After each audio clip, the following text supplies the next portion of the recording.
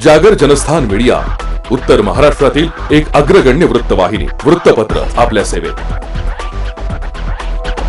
सांस्कृतिक, शैक्षणिक, सहकार, कृषी, कला, क्रीडा सर्वच क्षेत्रातील घटकांचा न्याय हक्कासाठी, जनजागृतीसाठी आम्ही घेऊन येत आहोत जागर जनस्थान ही आपल्या हक्काची वृत्तवाहिनी, वृत्तपत्र।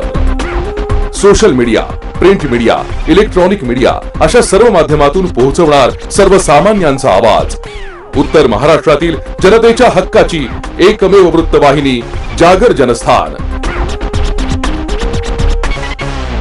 जागर जनतेचा, जनतेसाठी सर्वसामान्यांच्या हक्काचा आवाज, जागर जनस्थान।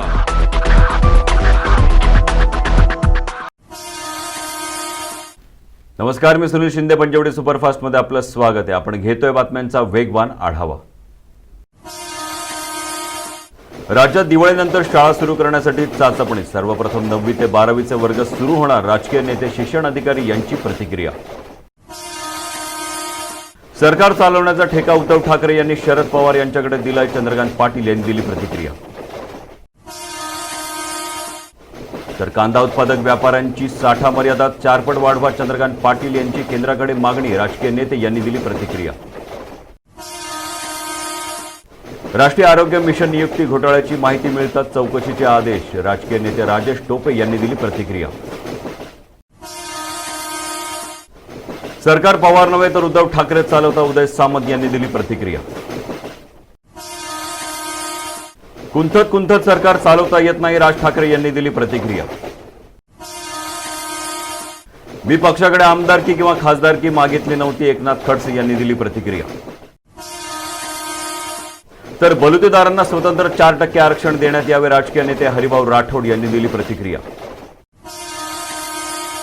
वणी येथील सप्तशृंगी शक्तीपीठ असलेल्या ठिकाणी आदिमाईच्या कोजागिरी पौर्णिमेनिमित्त राज्यातील सर्वात मोठा कावड सोहळा उत्सव, त्याचप्रमाणे छबिना मेळावा कोरोना संसर्गजन्य रोगाच्या पार्श्वभूमीवर रद्द करण्यात आला असून हा निर्णय देवी संस्थान तसेच जिल्हा प्रशासनातर्फे घेण्यात आला आहे। गेल्या 5 दिवसांपासून बंद असलेल्या कांदा लिलावास आजपासून सुरुवात झाली। याचा शेतकऱ्यांना किती फायदा होतो याकडे आता लक्ष लागू नये। तर माजी मंत्री एकनाथ खडसे यांच्या राष्ट्रवादी काँग्रेसमध्ये प्रवेशानंतर प्रथमच भाजपाची पक्ष बांधणीसाठी बैठक घेण्यात आली, मात्र माजी मंत्री गिरीश महाजन यांनी या बैठकीकडे पाठ फिरवली।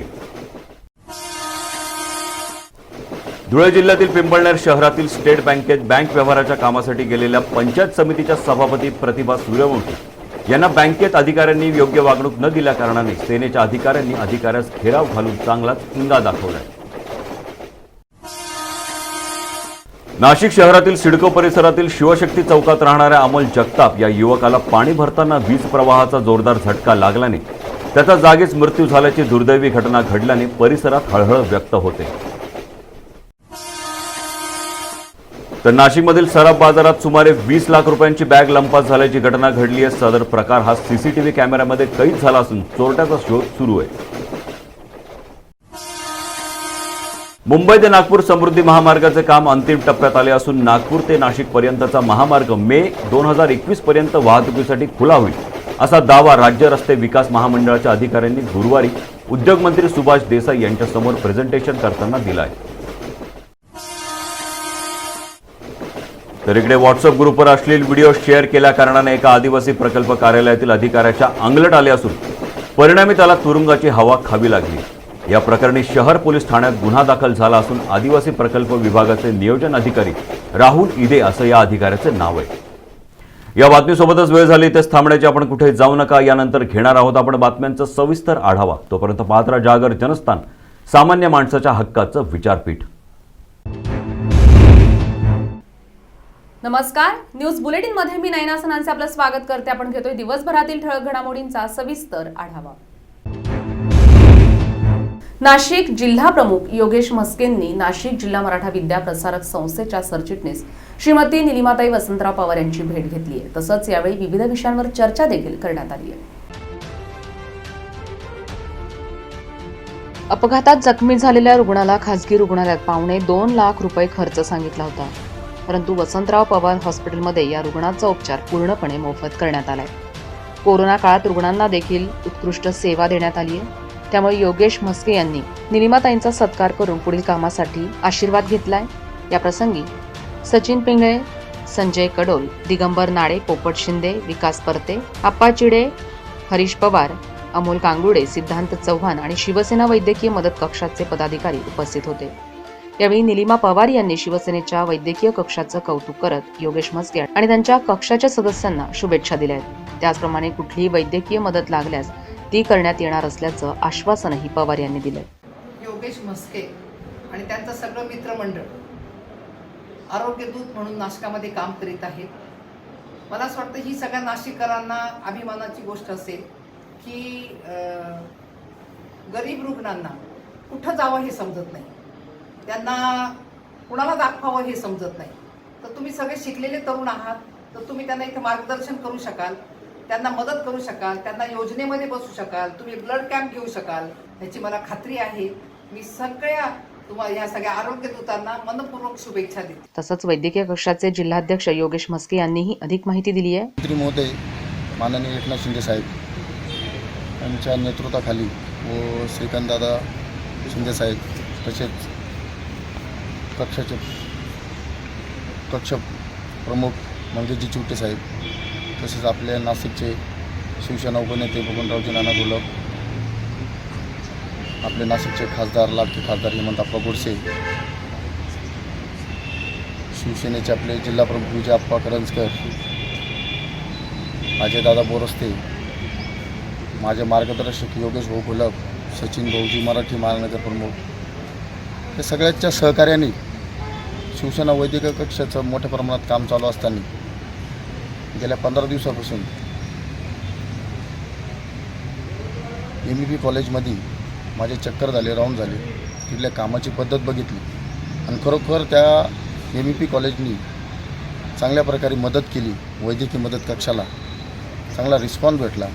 त्या माध्यमातून मी निलिमाताई पवारांचे आभार मानायला आलो, त्यांचा आशीर्वाद घ्यायला आलो.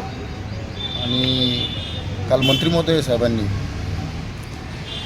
माझ्याबद्दल की बाबा आमच्या शिवसेना वैद्यकीय मदत कक्षाचा नेमणूक केलेली अशा एक लेटरद्वारे ताईंना कळवण्यात आलं. तो एक मेसेज पण ताईंपर्यंत पोचवायचा होता.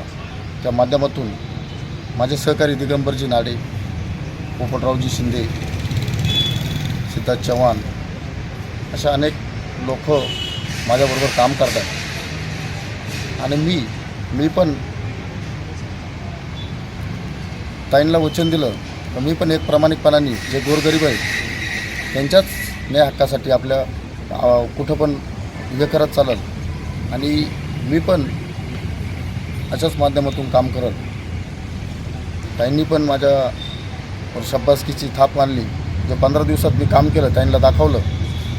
ताईंनी पण शब्बासकी दिली का तुला कधी बी आमच्या कॉलेजची मदत लागली कधी पण फोन कर, मला कळव आणि काम कर आणि शुभेच्छा दिल्या. ब्युरो रिपोर्ट, जागर जनस्थान, नाशिक. नाशिक शहरातील सिडको परिसरातील शिवशक्ती चौकात अमोल जगताप हा पाणी भरण्यासाठी घराबाहेर आला.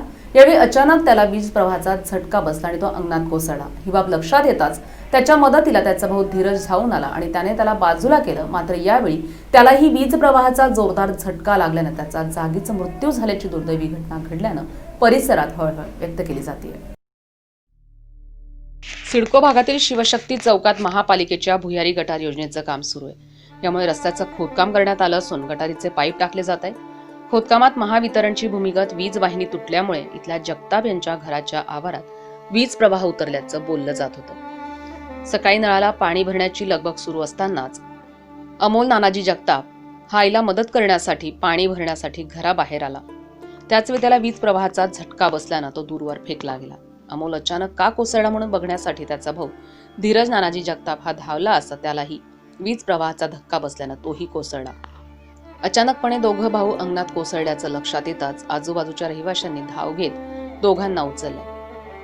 यावेळी दोघांनाही जवळच्या खासगी रुग्णालयात उपचारार्थ हलवण्यात आले. धीरजची प्रकृती चिंताजनक झाल्यानं त्याला जिल्हा शासकीय रुग्णालयात उपचारार्थ हलवण्यात आलंय. मात्र रुग्णालयात वैद्यकीय अधिकाऱ्यांनी धीरजला तपासून मृत घोषित केलं. या दुर्दैवी घटनेत मोठ्या भाऊ अमोलचे प्राण वाचवण्यास थोरल्या धीरजला यश आले असले तरी दुर्दैवाने काळाने जगताप कुटुंबियांपासून धीरजला हिरावून घेतलंय। या घटनेमुळे परिसरात हळहळ व्यक्त केली जाते। या प्रकरणी अंबड पोलीस ठाण्यात अकस्मात मृत्यूची नोंद करण्यात आली आहे। जागर जनस्थानसाठी प्रकाश धुर्वे, नाशिक। नाशिकमधील सराफ बाजारात सुमारे 20 लाख रुपयांची रोकड असलेली बॅग लंपास झाल्याची घटना घडली आहे। हा प्रकार सीसीटीव्ही कॅमेरामध्ये कैद झाला असून चोरट्यांचा शोध सुरू आहे। नाशिक शहर हे नेहमीच बाजारपेठांनी गजबजलेलं ठिकाण आहे। इथं असणाऱ्या सराफ बाजारात संध्याकाळी 5च्या सुमारास अशोकनगर इथे राहणाऱ्या एक व्यापारी सराफ बाजारात सोने खरेदी करण्यासाठी येत असताना 4 चाकी वाहनाच्या पाठीमागील डिकीत असलेली बॅग चोरट्यांनी लंपास केली आहे। या बॅगेत सुमारे 20 लाखांची रोकड होती, परंतु गर्दीचा फायदा घेत चोरट्यांनी बॅगेवर डल्ला मारला। सराफ बाजार मारुती मंदिरासमोर आल्यानंतर ही बाब व्यापाऱ्याच्या लक्षात आली। तोपर्यंत चोरांनी बॅग घेऊन पळ काढला होता। ही घटना पोलिसांना कळवताच सराफ बाजार इथे पोलीस उपायुक्त अमोल तांबे, पोलीस आयुक्त मंगलसिंग सूर्यवंशी, वरिष्ठ पोलीस निरीक्षक हेमंत सोमवंशी घटनास्थळी दाखल झाले। याविषयीची अधिक माहिती वरिष्ठ पोलीस निरीक्षक हेमंत सोमवंशी।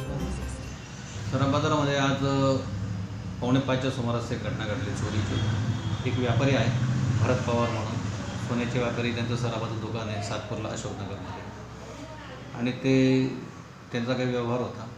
त्यांना काही खरेदी करायची होती दिवाळीच्या अनुषंगाने सोन्याची दुकानासाठी, तर ते खरेदी करायसाठी आलेले होते।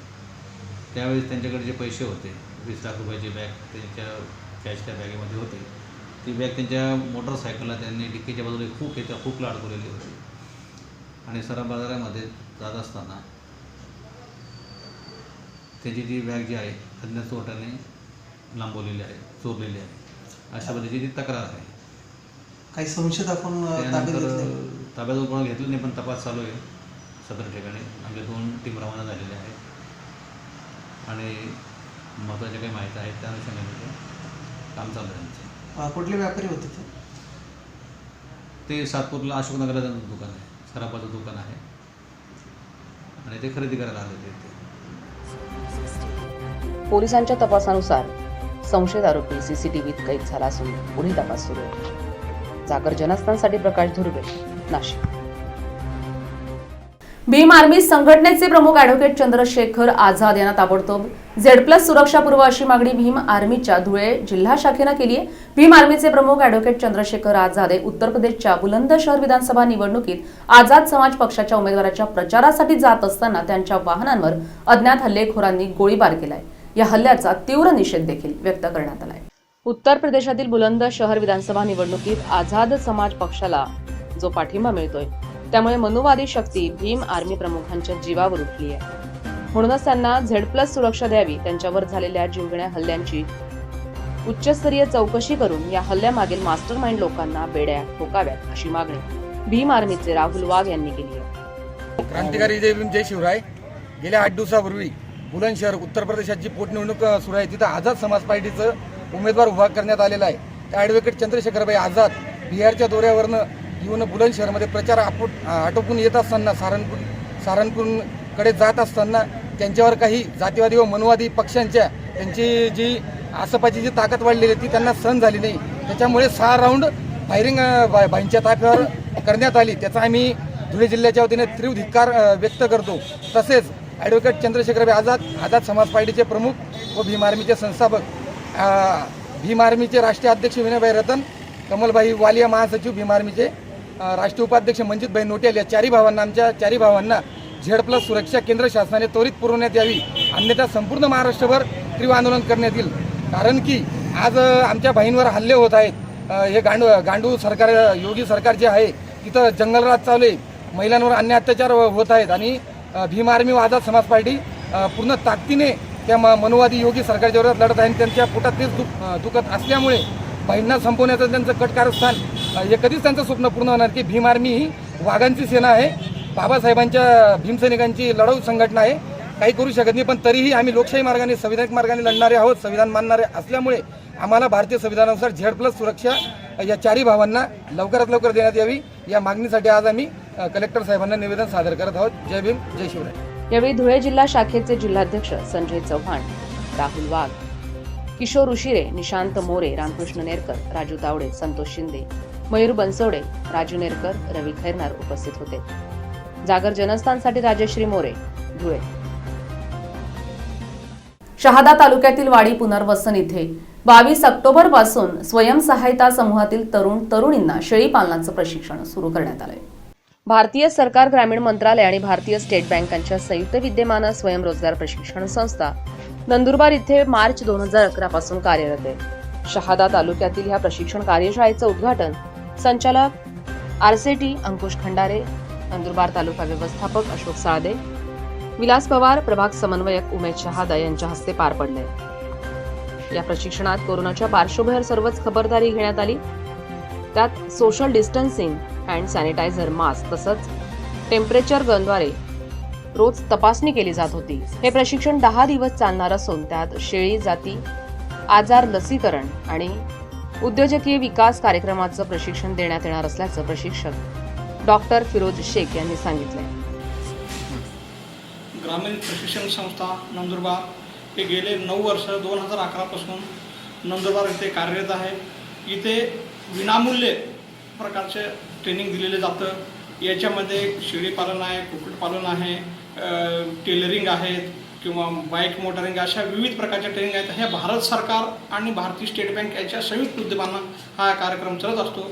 मी आपल्या सर्वांना आवाहन करतो या कार्यक्रमाच्या अंतर्गत की आपण सर्वांनी या कार्यक्रमात जोडले जावं आणि जिल्ह्यातल्या त्या ग्रामीण भागातील तरुण तरुणी, सुशिक्षित, बेरोजगार यांनी सगळ्यांनी याच्याकडे नोंदणी करून या प्रशिक्षणाचा मोफतचा लाभ घेऊन आपल्या स्वतःच्या पायावर थांबण्यासाठी प्रयत्न करत राहावा हे सगळ्याला मी आपल्या चॅनलच्या माध्यमातून आवाहन करतो. प्रशिक्षक म्हणून डॉक्टर फिरोज शेख हे कार्य पार पाडताय, तर गिरधर बैसान यांनी कार्यक्रम समन्वयक म्हणून जबाबदारी निभावली आहे. तसंच नंदुरबार जिल्ह्यातील प्रशिक्षणासाठी आलेले तरुण तरुणींसाठी मोफत राहण्याची आणि जेवणाची व्यवस्था देखील करण्यात आली आहे. जागर जनस्थानसाठी जीवन माळीसह नितीन तिरमले, शहादा. धुळे जिल्ह्यातील पिंपळनेर शहरातील स्टेट बँकेमध्ये बँक व्यवहाराच्या कामासाठी गेलेल्या पंचायत समितीच्या सभापती प्रतिभा सूर्यवंशींना बँकेत अधिकाऱ्यांनी योग्य वागणूक न दिल्यानं आदिवासी संघटना व तालुका वाहतूक सेनेच्या कार्यकर्त्यांनी अधिकाऱ्यास घेराव घालून चांगलाच धारेवर धरले. महिला सभापती प्रतिभा सूर्यवंशी ह्या स्टेट बँकेत त्यांच्या आणि शेतकऱ्यांच्या कामासाठी आल्या होत्या. बराच वेळ झाल्यावर त्यांनी अखेर कर्मचाऱ्यांची भेट घेतली, मात्र त्यांना फारसा चांगला प्रतिसाद न मिळाल्याने बँक अधिकाऱ्याची भेट घेतली. त्यांना कामाविषयी समस्यांचं गाऱ्हाणं मांडलं असता त्यांना अरेरावीची आणि उडवाउडवीची उत्तरं दिली आहेत. महिला सभापती प्रतिभा सूर्यवंशींना अपमानजनक वागणूक दिल्यामुळे आदिवासी बचाव संघटना आणि वाहतूक तालुका सेनेनं काही वेळातच बँकेत धाव घेऊन प्रकरणाचा जाब विचारत बँक मॅनेजरला चांगलंच धारेवर धरलं. यावेळी बँक मॅनेजर हिंदीत बोलत असल्याने शिवसैनिकांनी त्यांना मराठीतून बोलण्यासाठी आग्रह करून शिवसेना स्टाईलने चांगलंच धारेवर धरले. याविषयी अधिक माहिती शिवसैनिकांना दिली. ताईंनी तुम्हाला सविस्तर बोललेच, पण एक महिला प्रतिनिधी किंवा महिला या बँकेत येते आणि एका महिलेच्या बाबतीत असे उद्गार काढले जातात. स्टेट बँक ऑफ इंडियासारख्या ठिकाणी ही भारताची 1 नंबर बँक म्हटली जाते आणि तिथले कर्मचारी जर अशा पद्धतीत आरेरावाची भाषा करत असेल आणि ते पण एक महिला तर एकदम चुकीचा विषय आहे. संबंधित ताई आपल्या कामासाठी ज्यावेळेस इथं आल्या होत्या तर आल्यानंतर त्यांनी त्या पद्धतीत विचारलं की कर्मचारी का नाही. तो तर प्रत्येकाचा आपल्या विचारायचा की कर्मचारी का नाही. तर त्याच्या संदर्भात जर त्यांनी व्यवस्थित उत्तर एखाद्या महिलेला देऊ शकत नाही किंवा एखाद्या महिला प्रतिनिधीला देऊ शकत नाही तर सर्वसाधारण जनतेचं काय. या संदर्भात आम्ही महाविकास आघाडीचे सगळे घटक, सेना, काँग्रेस, राष्ट्रवादी, आम्ही सगळे पदाधिकारी इथं आलो. त्या संबंधित अधिकाऱ्याला एक तर मराठी येत नाही. पहिले तर महाराष्ट्रात राहून हे असे अधिकारी अशा उच्च पदावर असे अधिकारी का नेमले हे SBIने, आता SBIकडे आम्ही याच्याबद्दल तक्रार पण करणार आहे. कारण जर आलेल्या माणसाचं जर मॅनेजरला समजलंच नाही की मराठीत काय सांगतोय तर हे चुकीचं आहे. आपला हा जो पिंपळनेर भाग आहे या भागामध्ये आपले आदिवासी बांधव, प्रामुख्याने आदिवासी बांधव भरपूर आहेत. तो कोणत्याही बँकेचे जे खाते हे आहेत तर हे अधिकारी द्यावे अशी आमची विनंती. आणि जर परत असा प्रकार घडला तर याच्या पुढं आम्ही बोलणार नाही, आम्ही त्याला बाहेर काढून मारू, शिवसेनेच्या पद्धतीत मारू, हे तुमच्या सगळ्या मीडियासमोर जबाबदारीने सांगतो. आणि माझे 2 शब्द. तसंच महिला सभापती सूर्यवंशी यांच्यासोबत आलेल्या शेतकऱ्यांना देखील आपली कैफियत जागर जनस्थानशी बोलताना मांडली. 6 वर्ष झाले माझं घराचं काम आणि दवाखान्याचंही काम, त्यामुळे इतक्या अडचणीमध्ये आहे. मला 6 महिन्यापासून फिरवते. तुमचे हे बाकी आहे, ते बाकी आहे. ट्रॅक्टरचं लोन होतं, त्याचा मी तर दाखला दिला. परत आता 40,000 लोन निघतो तुमच्या नावाने मिळेल. तुमच्या बँकेत तेही आम्हाला सांगता येईल. कोणत्या बँकेत आहे ते सांगा ना. मी व्यवस्था करतो भरतो, पण माझं कर्ज मंजूर करावं अशी विनंती केली. कल आहो परसो आहो, महिने बुलाये का तुमको. असं बोलणं म्हणजे अरे राजकीय भाषा आणि सब. यावेळी बँक अधिकाऱ्यांनी प्रसंगावधान राखून माफीनामा लिहून देत प्रकरणावर पडदा टाकला. या प्रसंगी सभापती प्रतिभा सूर्यवंशी, माजी सभापती टीकाराम बहिरा, तालुका अध्यक्ष वाहतूक सेना अनिल पवार, सुनील पवार, आदिवासी बचाव तालुका प्रमुख गणेश गावित, आदिवासी बचाव तालुकाध्यक्ष रमेश सूर्यवंशी आदी उपस्थित होते. जागर जनस्थानसाठी राजश्री मोरे, पुणे. न्यूज बुलेटिन मध्ये वेळ झाली एका छोट्याशा ब्रेकची. आपण कुठे जाऊ नका, पाहत रहा जागर जनस्थान. 1971 पासून 50 वर्षाची शुद्ध परंपरा, जुन्या पिढीची घडण, नव्या पिढीचं वळण. अष्टेकर पेढीवर नाकारालाही मिळतो होकार. शहरापासून गावापर्यंत पसंतीचं एकच नाव, गणेश उत्तमराव अष्टेकर अँड सन्स सराफ. मंगळसूत्र काळे मणी दोरा नव्हे, तर आम्ही विणतो 2 जीवांच्या आयुष्याचे मांगल्य तंतू. टेम्पल हार, फॅन्सी पाटल्या, नेकलेस, आकर्षक भेटवस्तू मनाला मोहित करणारे. तोळबंदी, कपल रिंग, नथ, एम्ब्रॉइड पेंडल, मोहनमाळ, दाशिवमाळ, फॅन्सी बांगड्या, राशीरत्न, राणीहार, चेन आणि गोफही, चांदीचा ब्रेसलेट आणि हो, भक्तीच्या नैवेद्याला भावाचा सुगंध देणारे चांदीचे पूजा ताट. अशा वैविध्यपूर्ण अलंकाराचं माहेरघर गणेश उत्तमराव अष्टेकर अँड सन्स सराफ. चांदीत घडवलेल्या देवी देवतांच्या आकर्षक मूर्ती, 100% शुद्ध चांदीसाठी गणेश उत्तमराव अष्टेकर अँड सन्स सराफ. सुशोभित भव्य दालन, विनम्र स्टाफ, लग्न खरेदीसाठी स्वतंत्र व्यवस्था, आभूषण निवडण्याचे स्वातंत्र्य, मनपसंत डिझाईन, 50 वर्षाच्या परंपरेला शुद्धतेची हमी. पत्ता गणेश उत्तमराव अष्टेकर अँड सन्स सराफ, Vishal building, Jawhar market, Devi Chowk, Nashik road. संपर्क 0253260169. Mobile 7875239968. Ganesh Uttamrao Ashtekar and sons सराफ. नमस्कार, मी अभिनेत्री पूनम पाटील. जागर जनस्थान ही उत्तर महाराष्ट्रातली आघाडीची वृत्तवाहिनी होऊ पाहतीये. तिच्या वाटचालीस माझ्याकडून हार्दिक हार्दिक शुभेच्छा. धन्यवाद. नमस्कार, मी ज्ञानेश्वर गोविंद नागरे, गटनेता साक्री नगर पंचायत. जागर जनस्थान या वृत्तवाहिनीच्या पुढील वाटचालीसाठी साक्री शहरातर्फे व वैयक्तिक ज्ञानेश्वर गोविंद नागरे, गटनेता साक्री नगर पंचायत यांच्यातर्फे वृत्तवाहिनीला हार्दिक शुभेच्छा. नमस्कार, मी डॉक्टर नेहा नितीन लाड, वंध्यत्व निवारण व एंडोस्कोपिक तज्ज्ञ, डॉक्टर लाड्स नवजीवन हॉस्पिटल, मुंबई नाका येथील संचालिका. आम्ही जागर जनस्थान ह्या न्यूज चॅनल्सला हार्दिक शुभेच्छा देत आहोत. हे न्यूज चॅनल खूप चांगल्या प्रकारचे उपक्रम राबवित आहेत. त्यांनी असेच उपक्रम राबवावेत व सामाजिक बांधिलकीमध्ये एक नाव निर्माण करावं, याच्यासाठी नवजीवन हॉस्पिटलतर्फे मी त्यांना शुभेच्छा देते आणि त्यांची पुढची वाटचाल ही अशीच भरभराटीची हो असं मी त्यांना शुभेच्छा देते. जागर जनस्थान या एक अग्रगण्य अशा वाहिनीचं उत्तर महाराष्ट्रात प्रक्षेपित होत असताना आणि त्यांच्या हे नवीन कार्यक्रमाला जागर कट्टा याला माझ्या शुभेच्छा आणि भावी वाटचालीस खूप खूप शुभेच्छा. नमस्कार, मी डॉक्टर स्वाती चव्हाण वंजारी, मानसोपचार तज्ज्ञ, नाशिक. उत्तर महाराष्ट्रातील आघाडीची वृत्तवाहिनी जागर जनस्थान यांना पुढील वाटचालीस हार्दिक शुभेच्छा. सुरक्षा आपली जबाबदारी. SSS सिक्युरिटी बाउन्सर्सची. आम्ही पुरवतो कॉर्पोरेट सेवा, औद्योगिक सेवा, वित्तीय संस्था, सुरक्षेसह अंगरक्षक, सशस्त्र रक्षक पुरवणारी विश्वासार्ह संस्था. Back team support, well disciplinary uniform staff, train advisory unit, मुख्य कार्यालय 4 अंबिका अपार्टमेंट, साधू वासवानी मार्ग, होलाराम कॉलनी, नाशिक 422-002, दूरध्वनी 0253 231 5052. गणेश 7218 65600.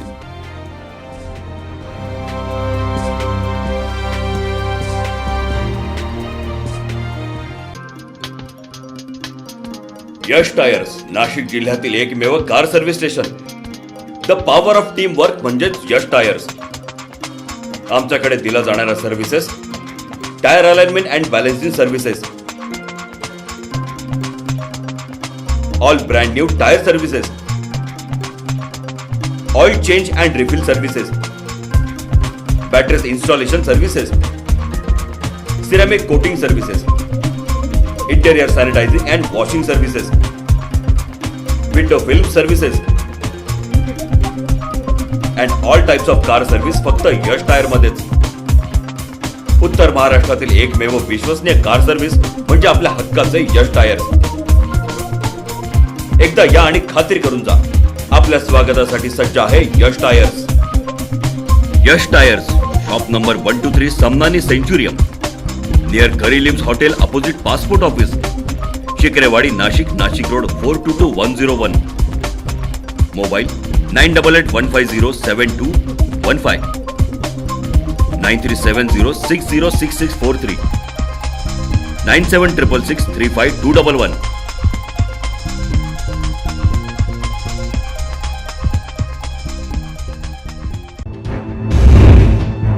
ब्रेकनंतर आपलं स्वागत. माजी मंत्री एकनाथ खडसे यांच्या राष्ट्रवादी काँग्रेसमध्ये प्रवेशानंतर प्रथमच भाजपची पक्ष बांधणीसाठी बैठक घेण्यात आली आहे. मात्र माजी मंत्री गिरीश महाजनांनी या बैठकीकडे पाठ फिरवली आहे. माजी मंत्री एकनाथ खडसे यांच्या राष्ट्रवादी काँग्रेसमध्ये प्रवेशानंतर जळगाव जिल्ह्यातील रावेर, मुक्ताईनगर, भुसावळ या वलिया तालुक्यात बैठका घेण्यात आल्या.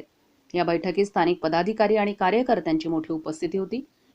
मात्र माजी मंत्री गिरीश महाजन यांनी या बैठकीस पाठ फिरवली आहे. यावेळी रावेरचे खासदार रक्षा खडसेंनी अधिक माहिती दिली आहे. ही बैठक फक्त मुक्ताईनगरमध्ये न होता या संघटनेच्या बैठका आहे आणि संपूर्ण जळगाव जिल्ह्यामध्ये घेतल्या गेलेल्या आहे.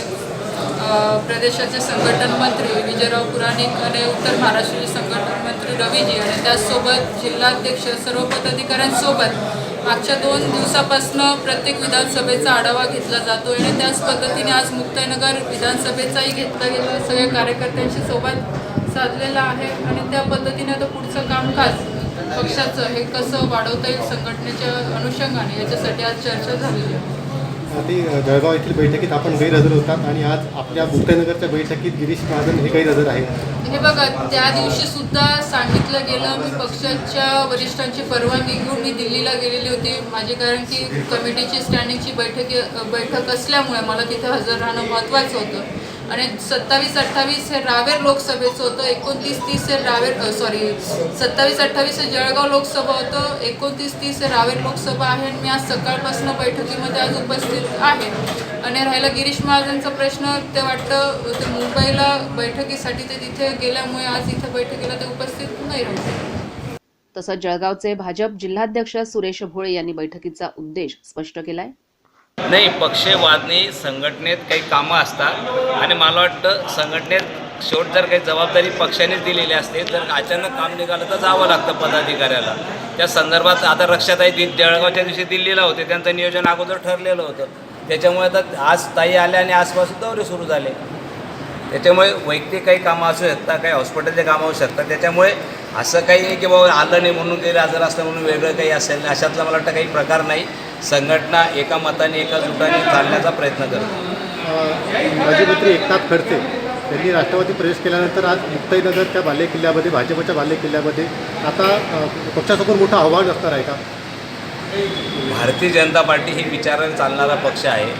नक्कीच आदरणीय नाथाभाऊ गेलेचं पक्षाला, कार्यकर्त्यांना दुःख आहे, दुर्दैवाची गोष्ट आहे. पण तेवढंच नाही, जर भारतीय जनता पार्टीमध्ये एक बूथ प्रमुखसुद्धा जर पक्ष सोडून गेला तरी मला वाटतं तेवढंच आमच्या कार्यकर्त्यांना दुःख होतं, संघटनेला दुःख होतं. त्याच्यामुळे आणि पक्षाचे कार्यकर्ते तुम्ही आज बघत असाल मिटिंगला, सर्वच पदाधिकारी जे अपेक्षित होते ते सर्व झालेले आहे. त्याच्यामुळे मला वाटतं कार्य हे चालूच राहणार. या बैठकीत प्रदेश संघटन सरचिटणीस विजय पुराणिक, संघटन मंत्री रवींद्र अनासपुरे, रावेरच्या खासदार रक्षा खडसे, जिल्हाध्यक्ष आमदार सुरेश भोळे, अशोक कांडेलकर, डॉक्टर राजेंद्र फडके आदी उपस्थित होते. भाजपमधून राष्ट्रवादीत गेलेले एकनाथ खडसे यांच्या पक्षांतरानंतर जिल्हा भाजपनं संघटनात्मकदृष्ट्या बैठकांचा सपाटा लावत कार्यक्रम हाती घेतलाय. मात्र मुक्ताईनगर इथे आयोजित बैठकीकडे कार्यकर्त्यांनी पाठ फिरवल्यानं खडसेंच्या पक्षांतराचा फटका भाजपला बसला तर नाही ना, असे अनेक प्रश्न उपस्थित केले जात आहेत. जागर जनस्थानसाठी रवींद्र महाजन, रावेर. अनावधानाने गुजरात इथून येवले तालुक्यातील नगरसूर इथे आलेला जयेश वानकर या युवकाला तब्बल 13 दिवसानंतर कुटुंबियांच्या स्वाधीन केलंय. शेवटी माणुसकी हाच खरा धर्म असल्याचं पोलीस हवालदार अल्ताफ शेख आणि सामाजिक कार्यकर्ते एजाज शेख यांनी पुन्हा एकदा आपल्या कार्यातून सिद्ध केलंय. 3 दिवसापूर्वी तालुका पोलीस ठाण्यामध्ये फोन खणखणतो. साहेब, नगरसूर रेल्वे गेटजवळ एक प्रेत आहे. क्षणाचाही विलंब न करता पोलीस हवालदार अल्ताफ शेख तिथे पोहोचतात. चौकशी करतात तर जखमी अवस्थेत माणूस विवळत पडलेला असतो. अंगावर हातापायावर असंख्य जखमा, भुकेनं व्याकुळ झालेले, धड बोलण्याचीही ताकद नाही.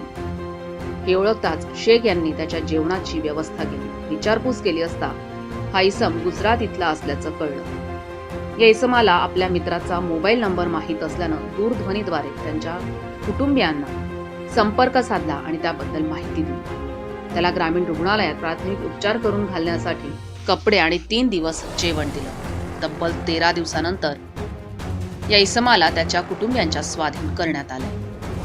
त्यांच्या आनंदाला पारावार राहिला नाही. यावेळी भाऊ भावश वानकर यांनी पोलीस हवालदार अल्ताफ शेख आणि सामाजिक कार्यकर्ते एजाज शेख यांचे आभार मानले. मैं गुजरात से हिम्मतनगर तहसील गांव बावपुर से मेरा भाई जो 13 दिन से लापता हुआ था वो यहाँ नासिक के पास येवला से मेरे को ये साहब अल्ताफ शेख साहब मिले. उन्होंने कल इन्फॉर्म किया कि आपका भाई, उसके पास से उसको फ़ोन नंबर मिला अल्ताफ शेख साहब को. उससे हमको इन्फॉर्म किया कि ये आपका भाई यहाँ पे मिला है. तो 2-3 दिनों से जब से ये शेख साहब को मिला है तब से उनकी सेवा की है. जो भी बंद पड़ता था खाना खिलाया है और पूरा ध्यान रखा है 2-3 दिन. और हमको इन्फॉर्म किया है तो हम यहाँ पे उसको लेने के लिए आए हैं. लेने आए तब भी अल्ताफ शेख साहब हमारे साथ रहे हैं और पूरा सहयोग किया है, पूरा दिल से सहयोग किया है. उनके लिए हम उनके आभारी हैं. यावेळी त्यांचा सत्कार देखील करण्यात आलाय. या प्रसंगी वानकर कुटुंबातील जगदीश वानकर, कत्रावे वानकर, सुरेश वानकर आदी उपस्थित होते. जागर जनस्थानसाठी अयुब शहा, येवला. गेल्या 5 दिवसापासून बंद असलेला कांदा लिलाव आजपासून सुरू झालाय.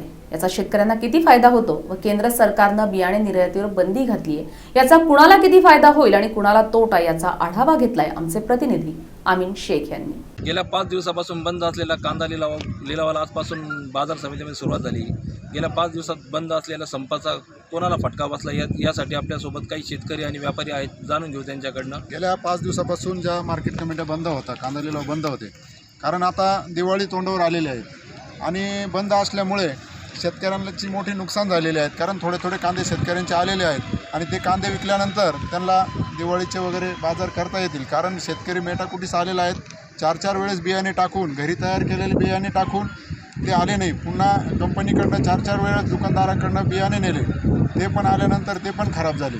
म्हणून काहीतरी ज्या ठिकाणी 200 क्विंटल कांदा शेतकऱ्यांचा निघत होता त्या ठिकाणी 5 क्विंटल 10 क्विंटल अशाच स्वरूपात कांदा निघणार आहेत फक्त. म्हणून कोणी लोक गागाट करतात, नोकरीवाले लोक गागाट करतात कारण खूप कांद्याचे भाव वाढले म्हणून. तसं काही नाही, कारण ज्या ठिकाणी 200 क्विंटल निघणार तिथं जर तुमचा 10 क्विंटल निघणार आहेत तर तेवढे पैसे शेतकऱ्यांना मिळणार नाही. शेतकऱ्यांचे 2-2 लाख रुपयाचे बियाणे झाले आणि ते पण खराब झालेले आहेत.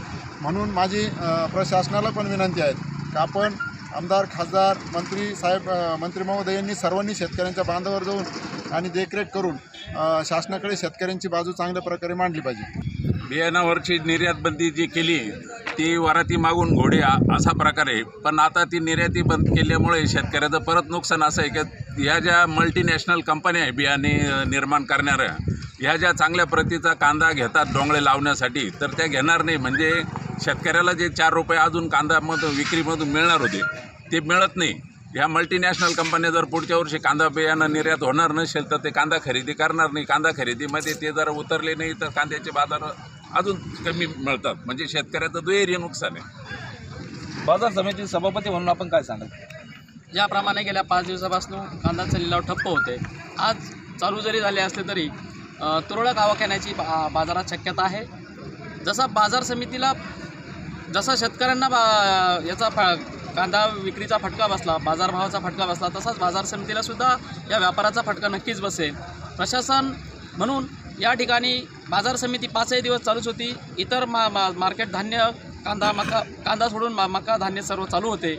फक्त बाजार समितीमध्ये जो शासनाने निर्णय घेतला होता केंद्र सरकारने की 25 टन व्यापारी वर्गाला जो साठवणुकीवर निर्बंध आणले होते, मी या ठिकाणी शासनाला एक अपील करू इच्छितो सर्व शेतकरी बंधूंच्या वतीनं की आपण हे जे असे धोरणात्मक निर्णय घेताना जरा बळीराजाला डोळ्यासमोर ठेवून असे काही निर्णय घेतले पाहिजे की जेणेकरून एकीकडे शेतकरी राजा टिकला पाहिजे म्हणायचं आणि एकीकडे शेतकऱ्याची गळचेपी करण्याचं काम या ठिकाणी सरकार करतं.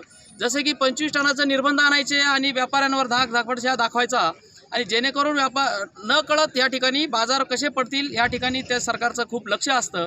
जसे की बिहारच्या निवडणुकी डोळ्यासमोर ठेवूनच हा निर्णय घेतलेला आहे असं मला या ठिकाणी वाटतं आणि शेतकऱ्यांना न्याय हा मिळालाच पाहिजे. काही कांदा व्यापारी म्हणून आपलं काय म्हणणं? जे केंद्र शासनाने जे निर्णय दिला आहे का आम्हाला 3 दिवसाची वेळ दिली का आज घेतलेला माल 25 टन तुम्ही 3 दिवसात डिस्पॅच करू शकता, त्या गोष्टीचं त्या निर्णयाचं आम्ही स्वागत करतो व एकच मागणी करतो का आम्हाला जे हे निर्णय आहे याच्यातून मुक्त करावे. आजपासून सुरू झालेल्या कांदा लिलावाचा शेतकऱ्यांना किती फायदा होतो याकडे सर्वांचे लक्ष लागले आहे. अमीन शेख, जागर जनस्थान न्यूज, मनमाड. वणी इथे सप्तशृंगी गड शक्तीपीठ असल्याने या ठिकाणी आदिमायेचा कोजागिरी पौर्णिमेनिमित्त राज्यातील सर्वात मोठा छबिना आणि तृतीयपंथीयांचा मेळावा संपन्न होतो. परंतु कोरोनाच्या पार्श्वभूमीवर हा सोहळा रद्द करण्याचा निर्णय घेण्यात आलाय.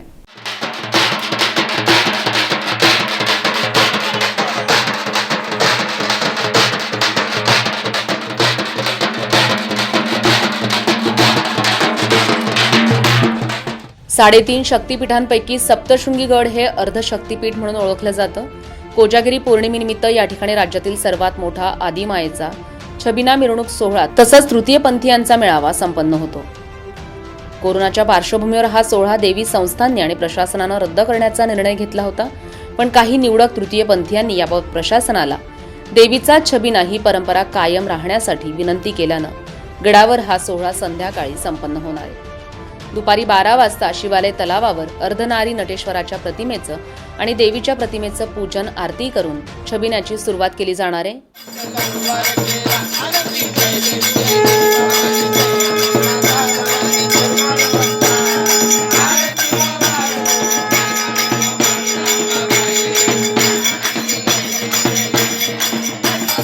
संपूर्ण गावातून मिरवणूक काढून देवीच्या पहिल्या पायरीपर्यंत नेऊन मिरवणुकीची सांगता केली जाईल.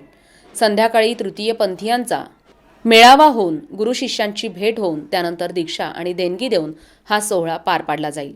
पण यंदा कोरोनामुळे साध्या पद्धतीनं हा सोहळा करण्यात येणार असल्याची माहिती कल्याण इथल्या श्याम दिदी यांनी दिली आहे. प्रत्येक शहरातून प्रत्येक राज्यातून आमचे किन्नर समाजाचे लोक इथे येत असतात देवीचं जागर करण्यासाठी. तसं याही वर्षी सालाबादाप्रमाणे आम्ही आलेलो आहोत.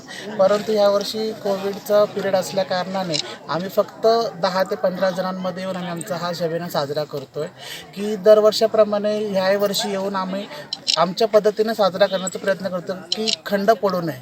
कारण की दरवर्षी आमचे गुरु येतात, आमचे पूर्वज यायचे, त्याप्रमाणे आम्ही आमचा प्रयत्न करतो. आम्ही पहिल्या पायरीपर्यंत जाणार छबिना घेऊन. फक्त आमची एवढीच इच्छा आहे की आम्ही इतक्या लांबनं आलो आहे तर आमच्या देवीला बघावं, देवीचं मुखतरी दर्शन व्हावं. आम्हाला आमची एवढीच इच्छा आहे की आमचा खंड पडू नये. आणि आम्ही सरकारने सांगितल्याप्रमाणे आमच्या गुरूंनी प्रयत्न केले. आम्हाला छबिन्यासाठी ते यायला आम्हाला चान्स मिळाला. तर कसं त्यांनी एवढे प्रयत्न केलेत ना, तर आमची एवढीच एक विनंती आहे सरकारला, कलेक्टर साहेबांना की तुम्ही त्यांचं एवढं ऐकलं. फक्त जे मेन जे आहेत त्यांना तरी देवीचं दर्शन घडतं की आमची कोजागिरी पौर्णिमा पूर्ण व्हावी. कारण की आम्ही बोलल्याप्रमाणे 10 ते 15 जणांमध्येच आनंद छबिना काढतो आहे. नाहीतर लाखो संख्येने भाविक येतात, तृतीयपंथी येतात. पण यावर्षी तुम्ही बघताय की 10 ते 15 जणात आम्ही काढतोय. आम्ही त्यांच्या शब्दाला मान दिलाय. त्यांनी आमचं फक्त एवढं विनंती आहे कारण की आम्हाला देवीचं दर्शन तरी घडावं, एवढीच आमची विनंती आहे. त्यांना दर्शन हे करणार आणि परत संध्याकाळी आमचा छबिना जाणार. संध्याकाळी गेल्याच्या नंतर तिला साडी, चोळी, नैवेद्य आणि ओटी भरण करून तिला आम्ही वरती जातोय. पण आमची इच्छा अशी आहे की आम्हाला मंदिरात येणार जे प्रमुख लोक आहेत त्यांना मंदिरात सोडावं. जागर जनस्थानसाठी तुषार बर्डे, सप्तशृंगगड. जामनेर शहरात ठिकठिकाणी साचलेल्या कचऱ्याच्या ढिगातून गोळा करून आणलेला कचरा राष्ट्रवादीच्या कार्यकर्त्यांनी नगरपालिका कार्यालयासमोर आणून फेकलाय. डेंग्यूची वाढती रुग्णसंख्या लक्षात घेता पालिकेनं स्वच्छतेकडे लक्ष द्यावं अशी मागणी निवेदनातून करण्यात आली आहे. 7 दिवसाच्या आत कचऱ्याची विल्हेवाट लागली नाही तर ठिय्या आंदोलन करण्याचा इशाराही देण्यात आलाय. गेल्या काही दिवसांपासून शहरात डेंग्यू सदृश्य रुग्णांची संख्या वाढली आहे. पालिकेकडून कचरा उचलण्यात दिरंगाई होतीये. गटारी स्वच्छ केल्या जात नाहीये. परिणामी डासांची संख्या वाढत असल्यानं पालिकेनं फवारणी करण्याची मागणी होतीये. लोकांनी निवडून दिलेले नगराध्यक्ष आणि नगरसेवकांना नागरिकांच्या आरोग्याचा विसर पडलाय. सर्वच वार्डामध्ये घाणीचं साम्राज्य पसरल्यानं आरोग्य धोक्यात आलंय. स्वच्छतेचा पुरस्कार मिळालेली पालिका हीच का, असा प्रश्न राष्ट्रवादी काँग्रेस विधानसभा क्षेत्र प्रमुख किशोर पाटील यांनी उपस्थित केलाय. जामनेर शहरामध्ये जो गलिच्छ कारभार चालू आहे, नगरपालिकेने खूप दुर्लक्ष सध्या जामनेर शहरावर केलेलं आहे असं दिसत आहे. ज्या अर्थाने नगराध्यक्ष आणि नगरसेवक यांच्या जर वाढ बघितले तर आपल्याला दिसेल प्रत्येक वार्डामध्ये मोठ्या प्रमाणात घाणीचं साम्राज्य दिसून येईल. कालच मी पुन्हा जामनेर शहराचे प्रत्येक वार्ड फिरलो. प्रत्येक वार्डचे फोटो आणि व्हिडिओ माझ्याकडे उपलब्ध आहे. जिथं जिथं वस्ती आहे अशा वस्तीच्या ठिकाणी कचऱ्याचा पूर्ण ढीग लागलेला आहे आणि असा ढीग असताना सुद्धा आणि त्यात जामनेर शहरामध्ये डेंग्यूचा प्रमाण मोठ्या प्रमाणात वाढलेलं आहे. आजच मी ऐकलं की टोटल 30 पेशंट डेंग्यूच्या आतापर्यंत झालेले आहे. असं असताना सुद्धा नगरपालिका का लक्ष नाही देते हाच प्रश्न आम्हाला नगरपालिकेला विचारायचा आहे. हा जो कचरा आणला मी तर हा जो कचरा आणला पूर्ण भरवस्तीतला आणलेला आहे. असा कोपऱ्या कापऱ्यातला कचरा आणलेला नाही. तर नगरपालिकेला जाग करण्यासाठी आज आम्ही इथं पुन्हा गावातील विशिष्ट वार्डातील कचरा आणून इथं गोळा केलेला आहे. तसंच शहराध्यक्ष पप्पू पाटील यांनी अधिक माहिती दिली आहे. राष्ट्रवादी काँग्रेस पार्टी जामनेर शहराच्या वतीने या नगरपालिकेच्या गलतान विरोधामध्ये स्वच्छता मोहिमेचं या ठिकाणी आंदोलन करण्यात आलं. मित्रांनो, एक 6 ते 8 महिन्यापासून या देशामध्ये कोरोना सदृश आजारामुळे लोक हैराण झालेले आहेत. हे असताना या महिन्याभरापासून या जामनेर शहरामध्ये नव्हे तर तालुक्यामध्ये डेंग्यू सदृश असे पेशंट या ठिकाणी आपल्याला दिसून येत आहेत. नगरपालिकेचं या जामनेर शहरामध्ये कुठलंही काम नाही. या ठिकाणी हा जो कचरा या ठिकाणी पडलेला आहे हा मुख्य रस्त्यावरती रहदारीच्या बाजूला, जेणेकरून या कचऱ्यामुळे शेजारी पाजारी लोकांना या ठिकाणी त्रास होतोय. लोक आजारी पडत आहे. यांना कमी पडली का? नागरिकांना फक्त टॅक्स वसूल करायचा, नागरिकांच्या पैशावरती फक्त मजुरी करायची, आपलं फक्त शोक करायचे, असं धंदा नगरपालिकेला चाललेला आहे. हे राष्ट्रवादी काँग्रेस पार्टी एक कदापि खपवून घेणार नाही. यानंतर तर ही नगरपालिका वट्टीवर नाही आली, जामनेर शहरात स्वच्छता नाही ठेवली, राष्ट्रवादी काँग्रेस पार्टीच्या वतीने या नगरपालिकेत सीओ आणि अधिकारी यांना काळा फासण्यात येईल असा इशारा त्यांनी या निमित्ताने देऊ इच्छितो. यावेळी शहराध्यक्ष पप्पू पाटील, माधव चव्हाण, विधानसभा क्षेत्र प्रमुख किशोर पाटील, संदीप हिवाळे, सागर पाटील, अनीस पठाण, कृष्णा माळी, मोहन चौधरी, इम्रान शेख, जुबैर शेख, सलीम शेख, प्रभू झालटे, विशाल पाटील, भूषण पांढरेंसह कार्यकर्ते उपस्थित होते. ब्युरो रिपोर्ट, जागर जनस्थान, जामनेर. आदिमायेचं शक्तीपीठ असलेल्या सप्तशृंगगडावर कोजागिरी पौर्णिमेनिमित्त राज्यातील सर्वात मोठा कावड सोहळा तसंच छबिना यांची जत्रा भरत असते. परंतु यंदा कोरोना संसर्गाचा विचार करता कावड सोहळा रद्द करण्याचा निर्णय देवी संस्थान आणि जिल्हा प्रशासनातर्फे घेण्यात आला. गेल्या काही वर्षापासून चालत आलेली परंपरा अर्थात कावड सोहळा यावर्षी मात्र खंडित झालाय. आदिमाया सप्तशृंगीच्या शारदीय नवरात्र उत्सवाची शांततेत सांगता झाली. मात्र भाविक भक्तांना आस लागलेली असते ती म्हणजे कोजागिरी पौर्णिमेच्या दिवशी असणाऱ्या कावड सोहळ्याची. यासाठी महाराष्ट्रातील तसंच गुजरात आणि मध्य प्रदेशातील विविध पवित्र नद्यांचं जल घेऊन 70 ते 80 हजार भाविक काठावर येत असतात. महाराष्ट्रातील पुणे ते मुळा, पिंपळनेर, साक्री, धुळे, नंदुरबार, अस्लोद तसंच नाशिक, मुंबई इथून गोदावरीचं आदी ठिकाणावरून तापी नदीचं पवित्र जल घेऊन देवीच्या गडावर कोजागिरी पौर्णिमा साजरी केली जाते. सप्तशृंग गडावर पायी येणाऱ्या कावड धारकांसाठी ठिकठिकाणी निवारा, पिण्याचे पाणी, नाश्ता, जेवणाची व्यवस्था विविध संस्था आणि मंडळांकडून केली जाते. परंतु यावर्षी अत्यंत साध्या पद्धतीनं हा सोहळा पार पडलाय. कोरोना विषाणूच्या संख्येत. जागर जनस्थानसाठी तुषार बर्डे, सप्तशृंगगड. मुक्ताईनगर इथल्या संत मुक्ताई शुगर अँड एनर्जी साखर कारखान्याचा 7वा गळीत हंगामाचा शुभारंभ माजी मंत्री एकनाथराव खडसे यांच्या पत्नी मंदाकिनी खडसे, जिल्हा बँकेचे चेअरमन तथा साखर कारखान्याचे व्हाईस चेअरमन रोहिणी खडसे यांच्या हस्ते मोळी पूजन करून करण्यात आले. माजी मंत्री एकनाथराव खडसे यांच्या पत्नी मंदाकिनी खडसे, जिल्हा बँकेच्या चेअरमन तथा साखर कारखान्याचे व्हाईस चेअरमन रोहिणी खडसे यांच्या हस्ते मोळी पूजन करून मुक्ताईनगर इथल्या संत मुक्ताई शुगर अँड एनर्जी साखर कारखान्याचा 7वा गळीत हंगामाचा शुभारंभ करण्यात आलाय. गेल्या वर्षी FRP पेक्षा जास्त ऊसाला भाव मुक्ताई साखर कारखान्यानं दिलाय. यावर्षी FRPच्या बरोबरीनं आम्ही ऊसाला भाव देऊ असं एकनाथ खडसेंनी शुभारंभाप्रसंगी सांगितलंय. महाराष्ट्रामध्ये पहिल्यांदा गळीत हंगामाची सुरुवात आजपासून आम्ही सुरू केलेली आहे. हा कारखाना तसा मागच्याही वर्षी लवकरच सुरू केला होता. कारखान्यामध्ये मागच्या वर्षी क्रशिंगही चांगलं झालं त्या मानानं आणि मागच्या वर्षी FRPच्या बरोबरीला FRPपेक्षा जास्त भाव आम्ही दिला. यावर्षी 4 लाख टन ऊसाचं या ठिकाणी क्रशिंग करावं असं आमचं ध्येय आहे. आणि ऊस जो दर आहे ऊसाचा दर तो FRP प्रमाणे देण्याचं आमचं नियोजन आहे. मोठ्या प्रमाणावर शेतकऱ्यांचाही प्रतिसाद आहे. हा दुष्काळी भाग आहे. या दुष्काळी भागामध्ये अधिकाधिक भाव मिळावा असा आमचा प्रयत्न आहे. रावसाहेब दानवे यांचे शेतकरी मतदारसंघातले शेतकरी साखर कारखाने या ठिकाणी उपस्थित आहेत का सांगाल? नाही, ऊसाच्या मध्ये ज्यावेळेस पूर्वीच्या कालखंडामध्ये ऊस आपल्या कार्यक्षेत्राच्या बाहेर विकता येत नव्हता शेतकऱ्यांना, परंतु हा युती सरकारच्या कालखंडामध्ये आम्ही निर्णय घेतला होता की ऊस उत्पादकांना ऊस कुठेही विकता येईल. त्याप्रमाणे ऊस उत्पादकांना जे भाव मिळेल अधिक त्या ठिकाणी ऊस उत्पादक जायला लागलेला आहे आणि त्यानुसार त्यांना भाव या ठिकाणी अधिक मिळेल अशी शक्यता वाटते. त्याबरोबर ऊस वेळेवर कापला पाहिजे, ऊस वेळेवर नेला पाहिजे, त्याची अडचण होऊ नये म्हणूनही शेतकरी कारखान्याला प्रतिसाद देत आहे. यावेळी साखर कारखान्याचे चेअरमन शिवाजीराव भगवानराव जाधव, राष्ट्रवादी काँग्रेसचे जिल्हाध्यक्ष रवींद्र पाटील आदी उपस्थित होते. जागर जनस्थानसाठी रवींद्र महाजन, रावेर. या बातमीसोबतच न्यूज बुलेटिनमध्ये वेळ झाली इथे थांबण्याची, मात्र आपण कुठेही जाऊ नका, पाहत रहा जागर जनस्थान, सामान्यांच्या हक्काचं विचारपीठ. 1971 पासून 50 वर्षाची शुद्ध परंपरा, जुन्या पिढीची घडण, नव्या पिढीचं वळण. अष्टेकर पेढीवर नाकारालाही मिळतो होकार. शहरापासून गावापर्यंत पसंतीचं एकच नाव, गणेश उत्तमराव अष्टेकर अँड सन्स, सराफ. मंगळसूत्र काळे मणी दोरा नव्हे तर आम्ही विणतो 2 जीवांच्या आयुष्याचे मांगल्य तंतू. टेम्पल हार, फॅन्सी पाटल्या, नेकलेस, आकर्षक भेटवस्तू मनाला मोहित करणारे.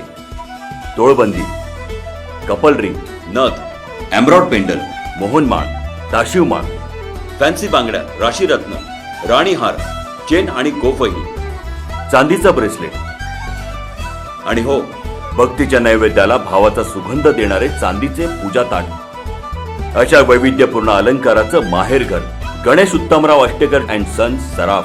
चांदीत खडवलेल्या देवी देवतांच्या आकर्षक मूर्ती, 100% शुद्ध चांदीसाठी गणेश उत्तमराव अष्टेकर अँड सन्स, सराफ. सुशोभित भव्य दालन, विनम्र स्टाफ, लग्न खरेदीसाठी स्वतंत्र व्यवस्था, आभूषण निवडण्याचे स्वातंत्र्य, मनपसंत डिझाईन, 50 वर्षाच्या परंपरेला शुद्धतेची हमी. पत्ता गणेश उत्तमराव अष्टेकर अँड सन्स, सराफ, Vishal building, Jawhar market, Devi Chowk, Nashik road. संपर्क 025324600169. Mobile 7875239968. Ganesh Uttamrao Ashtekar and sons, सराफ. जागर जनस्थान या वाहिनीच्या सगळ्या टीमचं मनापासनं आभार आणि अभिनंदन. कारण या उत्तर महाराष्ट्रातील लोकांचं एक हक्काचं व्यासपीठ म्हणून आपण काम करत आहात. मीडिया लोकशाहीचा हा 4था खांब आहे असं आम्ही नेहमीच ऐकत आलेलो आहे. परंतु मीडियामध्ये काही एलिमेंट्स असे घुसलेले आहेत ते या बिलीफला एक मोठा धक्का पोचवायचं काम करतात. पण मला आनंद आहे, जागर जनस्थान जनतेचं व्यासपीठ, लोकांचे प्रश्न मांडणे, ते सोडवण्यासाठी एक चांगली भूमिका करणे, असं महत्त्वाचं काममध्ये आपण निश्चितच यशस्वी झाला आहात असं लोकप्रतिनिधी म्हणून मला वाटतं. आणि आपल्याला शुभेच्छा देतो. आपल्या माध्यमातून संपूर्ण महाराष्ट्रातच नव्हे देशाचं एक मोठं व्यासपीठ व्हावं अशा हार्दिक शुभेच्छा देतो. नमस्कार. नमस्कार, मी पौर्णिमा चौगुले श्रृंगी, पोलीस उपायुक्त, नाशिक पोलीस आयुक्तालय. जागरत जनस्थानच्या सर्व प्रेक्षकांना माझ्या व माझ्या कुटुंबियाकडून नवरात्र व दसऱ्याच्या हार्दिक शुभेच्छा. धन्यवाद. संपूर्ण उत्तर महाराष्ट्रामध्ये प्रक्षेपित होणाऱ्या आणि लोकांचे जीवाभावाचे प्रश्न अत्यंत संवेदनशीलपणे मांडणाऱ्या जागर जनस्थान या वृत्तवाहिनीला मी संजय यादव, जिल्हाधिकारी धुळे, अत्यंत मनापासून शुभेच्छा देतो. आणि त्यांनी हे जे अत्यंत चांगलं काम चालू केलेलं आहे ते असंच सुरू ठेवावं अशी या निमित्ताने त्यांना विनंती करतो.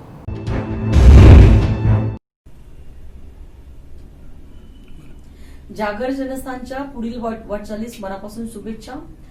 वाचकांच्या आणि जनतेचा आवाज बुलंद करणारा हे जनस्थान, त्याच्या माध्यमातून लोकशाहीला वाचा फोडण्याचं काम केले जाते. मी मनापासून जागर जनस्थानच्या पुढील वाटचालीला खूप शुभेच्छा देते. धन्यवाद. सुरक्षा आपली जबाबदारी. SSS security बाउन्सर्सची.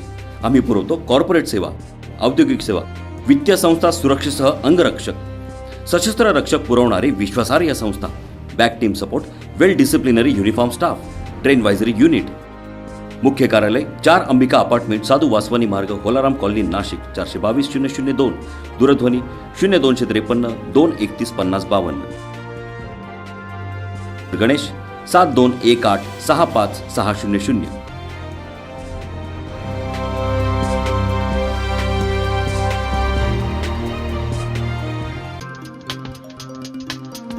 यश टायर्स, नाशिक जिल्ह्यातील एकमेव car service station. The power of team work म्हणजेच यश टायर्स. आमच्याकडे दिला जाणाऱ्या services: tyre alignment and balancing services, all brand new tyre services, oil change and refill services, batteries installation services, ceramic coating services, interior sanitising and washing services, window film services and all types of car service फक्त Yash tyre मध्येच.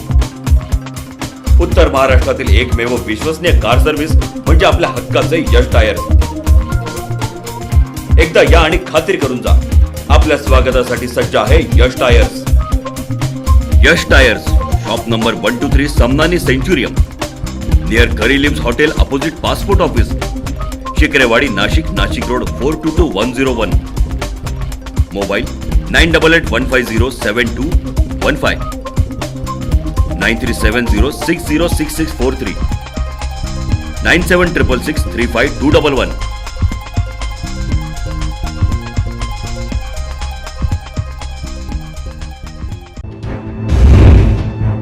नमस्कार. जागर जनस्थानच्या जागर कट्ट्यावर तुम्हा सगळ्यांचं मी मनापासून स्वागत करतो. आणि आज जागर कट्ट्यावरती चर्चा करण्यासाठी गजूभाऊ घोडके हे एक आगळं वेगळं व्यक्तिमत्व आलेलं आहे. तसे ते सामाजिक कार्यकर्ते आहेत, आहेर सुवर्णकार समाजाचे ते पदाधिकारी आहेत आणि समाजसेवक असल्यामुळं कोरोना काळामध्ये असंख्य लोकांना त्यांनी मदतीचा हात पुढे केलेला आहे. आणि सगळ्यात महत्त्वाचं, ते जुन्या नाशकात राहणारे आहे. त्यांचा व्यवसाय जुन्या नाशकात आहे. जुन्या नाशकात त्यांची सुवर्ण पिढी आहे. आणि कोरोनाच्या काळामध्ये जी काही मयत व्हायची लोकं, ज्यांना कोणी हात लावायला घाबरायचे, त्या ठिकाणी ते स्वतः जायचे, अमरधाममध्ये जायचे आणि त्यांची जी काही विधी असते ती विधी पूर्ण करायसाठी त्यांनी अतोनात प्रयत्न केलेले आहे. तर कोरोना काळामध्ये त्यांच्या समोरून गेलेल्या ज्या काही शववाहिनी होत्या, त्या वाहिनी पाहिल्यानंतर नेमकं कोण याच्यात आलं, अशा असंख्य घटना घडत होत्या.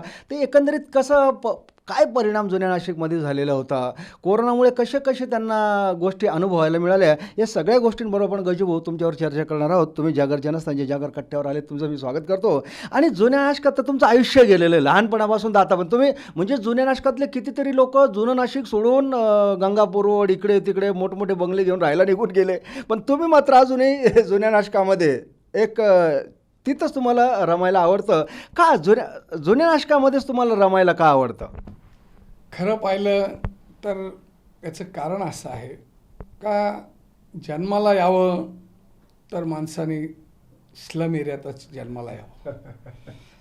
आणि त्याचं कारण असं आहे का आपण ज्या टायमाला एखाद्या चांगल्या वस्तीत गेलो असतो, ज्या भागात आपण जातो, एखाद्या दुःखाच्या टायमाला जात असेल, एखाद्या लग्नाच्या टायमाला जात असेल, आनंदाच्या टायमाला जात असेल, तर अशा वेळेस असं आपण चित्र पाहायला भेटतं का ती फक्त एक औपचारिकता असते. आणि ही औपचारिकता ज्या टायमाला आपल्याला पाहायला भेटते, तर आम्ही जेव्हा जन्माला जुन्या नाशकात आलो, तर त्या जुन्या नाशकात ज्या वेळेस एखाद्याच्या घरात लग्न कार्य असेल, तर त्या घरातल्या लग्न कार्याच्या माणसाला असं कधीच वाटणार नाही का माझ्याबरोबर कोणीच नाही. त्याच्यासाठी असं वाटायचं का संपूर्ण समाज, संपूर्ण लोक, घरातले भांडे असतील, घरातलं सामान असेल, घरातला किराणा असेल, तो घेऊन त्याच्यासाठी त्या यांच्यासाठी मी काय करावं, यांच्यासाठी माझ्याकडून काय केलं पाहिजे. ठीक आहे, आर्थिक बाजू तेवढी नसती सक्षम, पण जे माझ्याकडून होईल तेवढं ते करण्यासाठी ते अतोनात प्रयत्न करत असतात. ही जो बाजू असती ही तुम्हाला चांगल्या अतिशय मोठ्या बंगल्यांच्या एरियामध्येही तुम्हाला कदापि पाहायला भेटणार नाही. आणि म्हणूनच मला असं वाटतं का मी जे जन्माला आलो जुन्या नाशकात, तर परत जर का परमेश्वराने जन्म दिला तर तो मला अशाच ठिकाणी द्यावं, हीच मी परमेश्वराला. खरं खरं अतिशय एकदम म्हणजे मनमोकळेपणानं आणि अतिशय सुंदर उदाहरण दिलं तुम्ही की जे काही आपण जुन्या नाशकात आपल्या जुन्या वाड्यांमध्ये राहतो, ती संस्कृती प्रत्येक माणूस माणसाशी जोडलेला गेलेला असतो. शेजारच्याला साधा ठसका जरी आला तरी लोक 4 लोक धावून येतात. एखादं पोरगं पडलं तर कोणी जाऊन त्याला धरतं. पण इतर ठिकाणी जे आपण बंगले वगैरे बांधून तिथं ते स्वातंत्र्य नसतं. घराजवळ फार कुत्रे असतात, हे असं सगळं असतं, पण माणसं जवळ नसतात. अगदी बरोबर बोलला तुम्ही. जेव्हा हे सगळं होत असताना तुमचं जुनं नाशिक गेलं, जुन्या नाशिकमध्ये अजून तुमचं दुकान आहे, तुम्हाला वाटलं नाही की आपलं दुकान एखाद्या चांगल्या ठिकाणी न्यावं आपण? राजाभाऊ, आम्ही पण खूप गरीब परिस्थितीतून गेलो आणि खरं पाहिलं तर काय आमची दुकान जे काय आहे ते काही आर्थिक मोठा स्तोत्र आम्हाला हवा किंवा अशी अपेक्षा कधी बाळगलीच नाही का श्रीमंतीपर्यंत पोचलं पाहिजे. ज्या माणसाला अपेक्षा अशी असते की आपण श्रीमंत व्हावं, मोठं व्हावं, मोठं दुकान टाकावं, तसलं काही नाही. आम्हाला मनाला असं वाटतं का आपले आर्थिक चांगलं आहे, जेवणं वगैरे करतो, चांगल्या परिस्थितीत राहतो. खरं पाहिलं तर आमची जी काही पिढी आहे जुन्या नाशकातली, त्या पिढीमध्ये आम्ही एक काम करतो का अतिशय सर्व गरीब लोक आहे आणि त्या गरीब लोकांच्या बद्दल आम्हाला भावना एवढ्याच आहे का ते लोक बिचारे रोज येतात, एक वस्तू घाण ठेवतात आणि ते पैसे घेऊन जातात, परत दुसऱ्या दिवशी ती वस्तू सोडवतात, परत घेऊन जातात. असं छोट्या प्रमाणामध्ये ते आमचं काम इथं चालू असतं. आणि आम्हाला कधी आमचा भाऊ आहे, आम्ही आहे, तर प्रत्येक जणाच्या भावना आमच्या दुकानाबद्दल अतिशय चांगल्या आहे आणि त्या कारणाने आम्हाला कधी असं वाटलंच नाही की आम्ही बाहेर जावं आणि बाहेर गेल्यानंतर आम्हाला ठीक आहे 2 पैसे भेटेल, परंतु ते माणसं नाही भेटणार, त्या माणसांचं प्रेम नाही भेटणार. अगदी खरं आहे गजू. म्हणजे ज्या काही परिसरात राहतो त्या लोकांचं आपण देणं लागतो, त्यांच्या अडीअडचणीला कामात यायला पाहिजे आणि व्यवहारसुद्धा छंदाने आणि आवडीने केला गेला पाहिजे, एकमेकांच्या आनंदात सहभागी झाला पाहिजे. म्हणून तुम्ही मोठं होण्याचं टाळण्यापेक्षा आपल्या लोकांना धरून ठेवू, आनंदात ठेवू, आनंदात खाऊ. गजू भाऊ, तुम्ही आहेर सुवर्णकार समाजाचे आहात.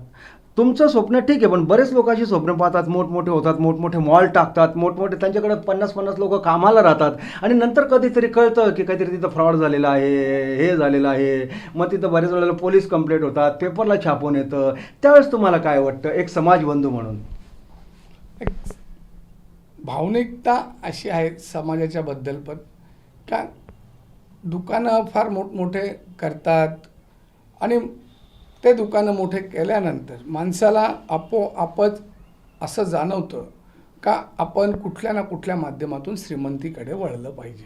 आणि मग त्या माध्यमातून अनेक स्कीमा राबवल्या जातात, त्या स्कीमाच्या माध्यमातून मोठमोठे फ्रॉड जन्माला येतात आणि माणूस हा जन्माला फ्रॉड करतच नसतो. तो आमच्या समाजाच्या बांधिलकीच्या असो किंवा कुठल्याच्या, स्थानिक माणूस असे फ्रॉड करत नाही, परंतु काही कारणास्तव त्याच्यामध्ये फ्रॉडचं होऊन जातो, तो आर्थिक संकटात सापडतो आणि मग त्याच्यातून केसेस निर्माण होतात, अनेक काही गोष्टी निर्माण होतात.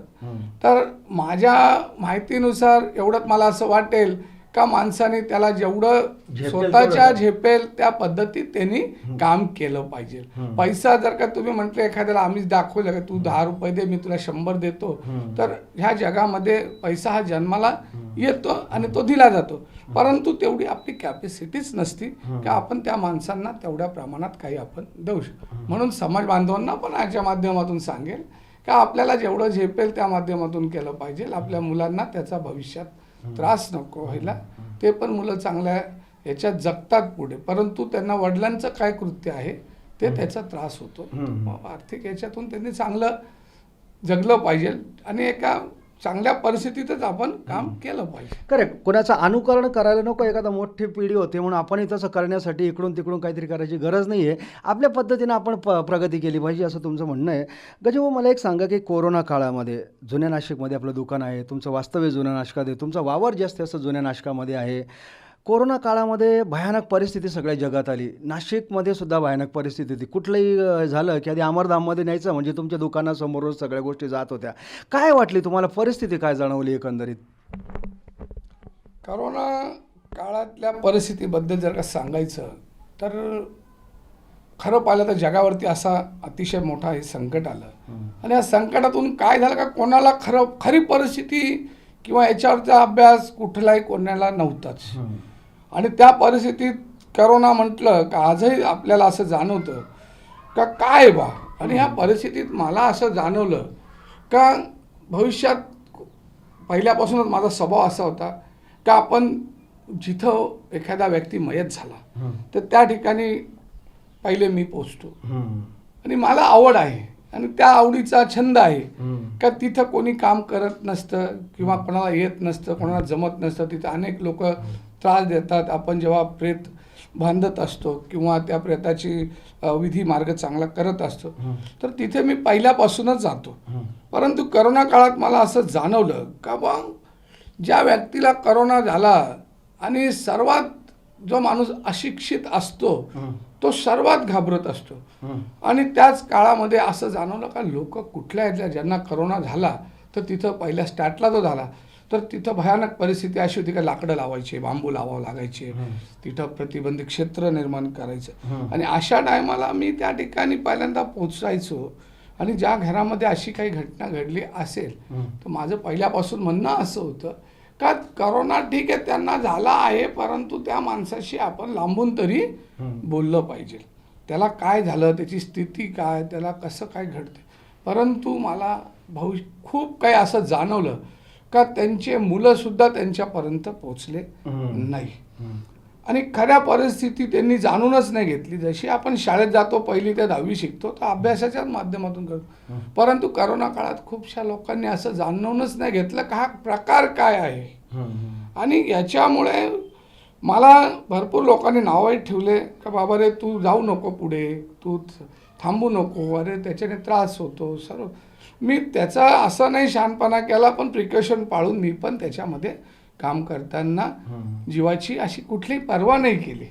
आणि त्याच्यातून परमेश्वर कृपेने मला असं जाणवलं का करोना काही असा आजार नाही आहे का जेणेकरून तो आपल्यापर्यंत पोचणारच नाही. परंतु परमेश्वरच्या याच्याने आजपर्यंत असं काही घडलं नाही. मी भरपूरशा अशा त्याच्यातल्या मौती पण केल्या. नाही, खरं आहे. मला हाच मुद्द्यावर यायचं होतं की आपण कोरोनाच्या काळामध्ये एखाद्याला कोरोना पॉझिटिव्ह सापडला लगेच ते क्षेत्र प्रतिबंधित करायचे.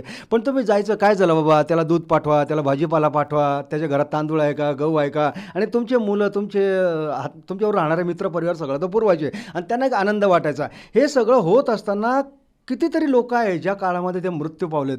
घरचे सुद्धा जायला घाबरत होते, त्या देहाला हात लावायला घाबरत होते. पण त्या ठिकाणी तुम्ही जायचा, त्या देहाचे पाय धुवायचा, हाळा घालायचा, ते शिडी हे करायचा, त्यावेळेस तुम्हाला भीती नाही वाटायची का?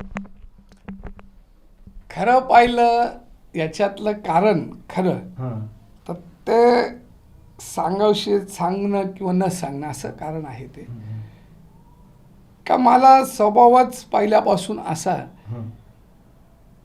का एक बिनधास्त व्यक्तिमत्व आणि जीवनात आज नाही उद्या आपल्याला जाणंच आहे. कोणी आपल्याला चांगलंच म्हटलं पाहिजे असं काही नाही. परंतु तो छंदच आणि त्याच्यात मला भेटणारा आनंद, मला खूप लोक नाव पण ठेवतात खूप, परंतु मला तो छंदच असल्या कारणाने मला असं कधी वाटलंच नाही का ह्या माध्यमातून मला काहीतरी शरीराला इजा होईल किंवा परमेश्वराने मला जन्मालाच असं जर का घातला असेल की तू चल बघ ते काम तुझं कडून होऊन जाऊ दे. तर मी काम करत असताना मला त्याच्यात जो आनंद भेटायचा त्याच्यामुळे मला असं कधी जाणवलंच नाही आणि मी ते काम करत राहिलो. त्याच करोना काळात सर्वात दुःखद घटना ही ज्या माझ्या घरात घडली तर माझ्या आईचं दुःखद निधन झालं. आणि जेव्हा माझ्या आईचं दुःखद निधन झालं तर त्या टायमाचा जो माझ्यावरती आलेला प्रसंग का मी आयुष्यभर करोना काळातच नाही, पहिल्यापासून मी प्रत्येकाच्या दुःखामध्ये सहभागी होणारा माणूस, आणि माझ्यावरच इतका वाईट प्रसंग आला का ज्या टायमाला आईची डेड बॉडी मी सिव्हिलवरून आणली पोस्टमॉर्टम करून, आणि घरी पाहतो तर घरच्यांनी, परिवारातल्या काही लोकांनी कोणालाही बोलवलं नाही, आणि घराच्या ज्या आईच्या मोठ्या भावाकडे आम्ही तिची अंत्यविधी केला. भाऊ दुसरीकडे राहिला असल्या कारणाने तिथल्या बिल्डिंगमधले लोक ज्यांच्यावर आपलं आयुष्य गेलं ते लोक सुद्धा खाली उतरले नाही. किती वाईट प्रसंग असतो हा.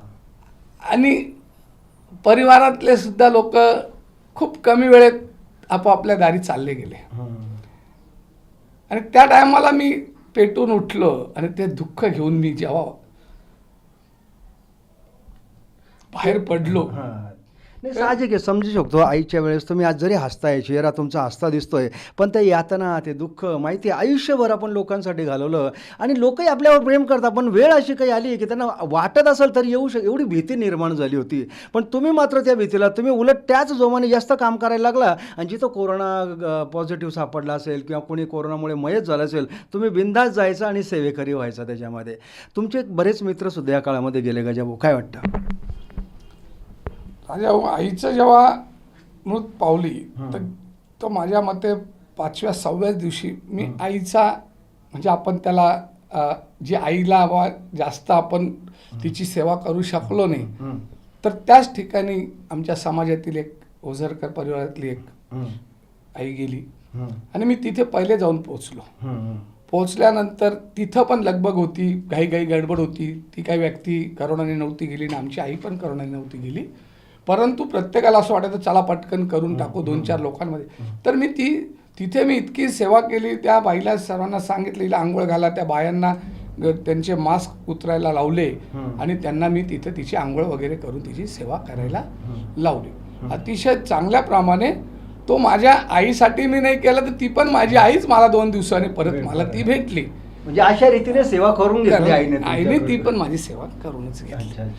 राजा, सर्वात दुःखद बातमी घडली तर माझ्या मित्राचे आज आई वारली, मला कळालंच नाही. म्हणून दुसऱ्या दिवशी त्याच्या दारावर जावं म्हणून मी दाढी करायला बसलो 2 वाजता, आणि मला फोन आला, कारण म्हणे भाऊ त्याचे वडील वारले. अरे म्हटलं नाही, आई वारली. नाही आत्ता वडील वारले. मी लागलीच त्याला फोन केला तर तो अपोलो हॉस्पिटलला होते, तिथून ती डेड बॉडी काढत होती. डेड बॉडी काढत असताना तिथं त्याच्या दुःखामध्ये खूप मोठा जमाव तिथं जमला होता, आणि नाशिकचे सर्वात प्रतिष्ठित लोक तिथे आले होते. आणि त्या ठिकाणी ज्या टायमाला अपोलोमधून त्याची डेड बॉडी त्या गाडीमध्ये घेतली गेली, तर घेतली गेली असताना खऱ्या अर्थाने पाहिलं तर त्या मुलाला सुद्धा वडील असल्या कारणाने तिथं उभं राहणंच होतं, परंतु बाजूला खूपच कोणीच नव्हतं. त्याच्यावरती अंगावरती फुलं वगैरे टाकायचे होते त्या वडिलांवरती त्या बॉडी घेतल्यानंतर गाडीत. परंतु लोकांना, डॉक्टर लोकांनी पण धाक दाखवणं किंवा घाबरवणं किंवा समाजातल्या जे विरोध असणं, कळत नसणं, तर मग त्याला मी थांबवलं आणि 2 मिनटं थांब. तर त्याने फुलं वगैरे टाकले, मग त्याला म्हटलं थांब इथं 2 मिनटं, नमस्कार वगैरे कर. मग ते फुलाचा हार घेतला. भावना एवढी होती तिथे का बा खरं पाहिलं तर तिथं एक शाल आणणं होतं, तिथं ते फुलं वगैरे टाकणं होतं, त्याची विधिवत पूजा करणं होतं, परंतु तसं न घडता मग मी तो हार घेतला, तो हार व्यवस्थितशीर टाकला. त्या टायमाला ती बॉडी त्या प्लॅस्टिकच्या ह्याच्याने ती बांधली गेलेली होती. मग मी थोडंसं सरकलो होतो, प्रत्येकाने माझ्या अंगावर सर्व सॅनिटायझर मला केलं. तर सांगायचा उद्देश असा होता की खरं पाहिलं तर कोणाला कळतच नाही, याच्यातला ॲक्च्युली प्रकारच नव्हता कळाला का करोना काय. बरं, करोनाने वारले ठीक आहे, मग त्याच्यानंतर तुम्हाला त्या प्लॅस्टिकच्या ह्याच्याने 4 ते 5 लेअरनी ती गुंडाळली जाते. मग आता त्याच्यावरती परत सॅनिटायझरही केलं जातं. मग त्याच्यानंतर तुम्हाला एवढं तर काही घडत नाही का बा त्याच्यावरती काही राहतं, तर पण लोकांना जी दहशत निर्माण झाली, त्याच्यातून जर का तुम्ही ते सॅनिटायझरचा कपडा काढला तर मग त्या गोष्टी चुकीच्या आहे. परंतु एवढं पण लोकांनी जाणून नाही घ्यावं का त्याच्यावरती शाल टाकावं, आपल्या विधिवत पूजा थोडीशी करावं, त्याच्या जवळही गेलं तरी 2 जणांनी तर काही होणार नाही. परंतु अशा टायमाला मी ते गेल्यानंतर त्या व्यक्तीलाही माझ्याबद्दल खूप गर्व वाटला, त्या बाकीच्या लोकांनाही गर्व वाटला. आणि त्यानंतर तीच बॉडी नंतर जेव्हा अमरधामला आली तर त्या बॉडीच्या याच्यामध्ये ती बॉडी जाळत असताना अमरधामला सुद्धा तिथल्या 4 ते 5 लोक त्या बिचारे लाकडांवरती रचली त्यांनी. त्यांनाही काही मास्क वगैरे नव्हता, पण मी मास्क वगैरे लावून त्या ठिकाणी पोहोचलो. तर मला प्रत्येकाने सांगितलं गजा हो तुम्ही खाली या, गजा हो खाली या. परंतु आनंद इतका वाटला जीवनाचा का मला असं वाटतं का आजही मी जर का मला काही परमेश्वराच्या याच्याने काही झालं तरी पण मला असं वाटतं मनाला का बा मी काहीतरी चांगलं केलं असेल. आणि मग तिथं गेल्यानंतर त्याच्या परिवारातल्यांना 4घांना ड्रेस दिले गेले. बरं, ड्रेस दिले ते करोनाचे आणि मग तो अग्निदाग त्यांना द्यायला लावला. तर ते जेव्हा त्यांना दोघांना माहितीच नव्हतं का आज आपले वडीलही वारले. ते जेव्हा तिथं पोहोचले तर ते धडाधड पडायला लागले आणि आम्ही तिथं जाऊन त्यांना ते पकडलं, सहारा दिला. तर ती परिस्थिती जर का कदाचित तिथं कोणीच नसतं तर मग त्यांना सांभाळणारं कोण असतं, कदाचित त्यांना काय झालं.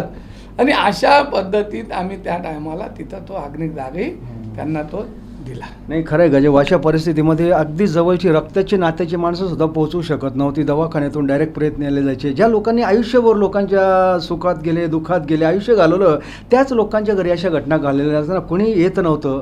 फार वाटत होतं, पण प्रसंग मात्र बाका होता. पण तुमच्यासारखे काही माणसं डेअरिंग करून माणुसकी जपत होते.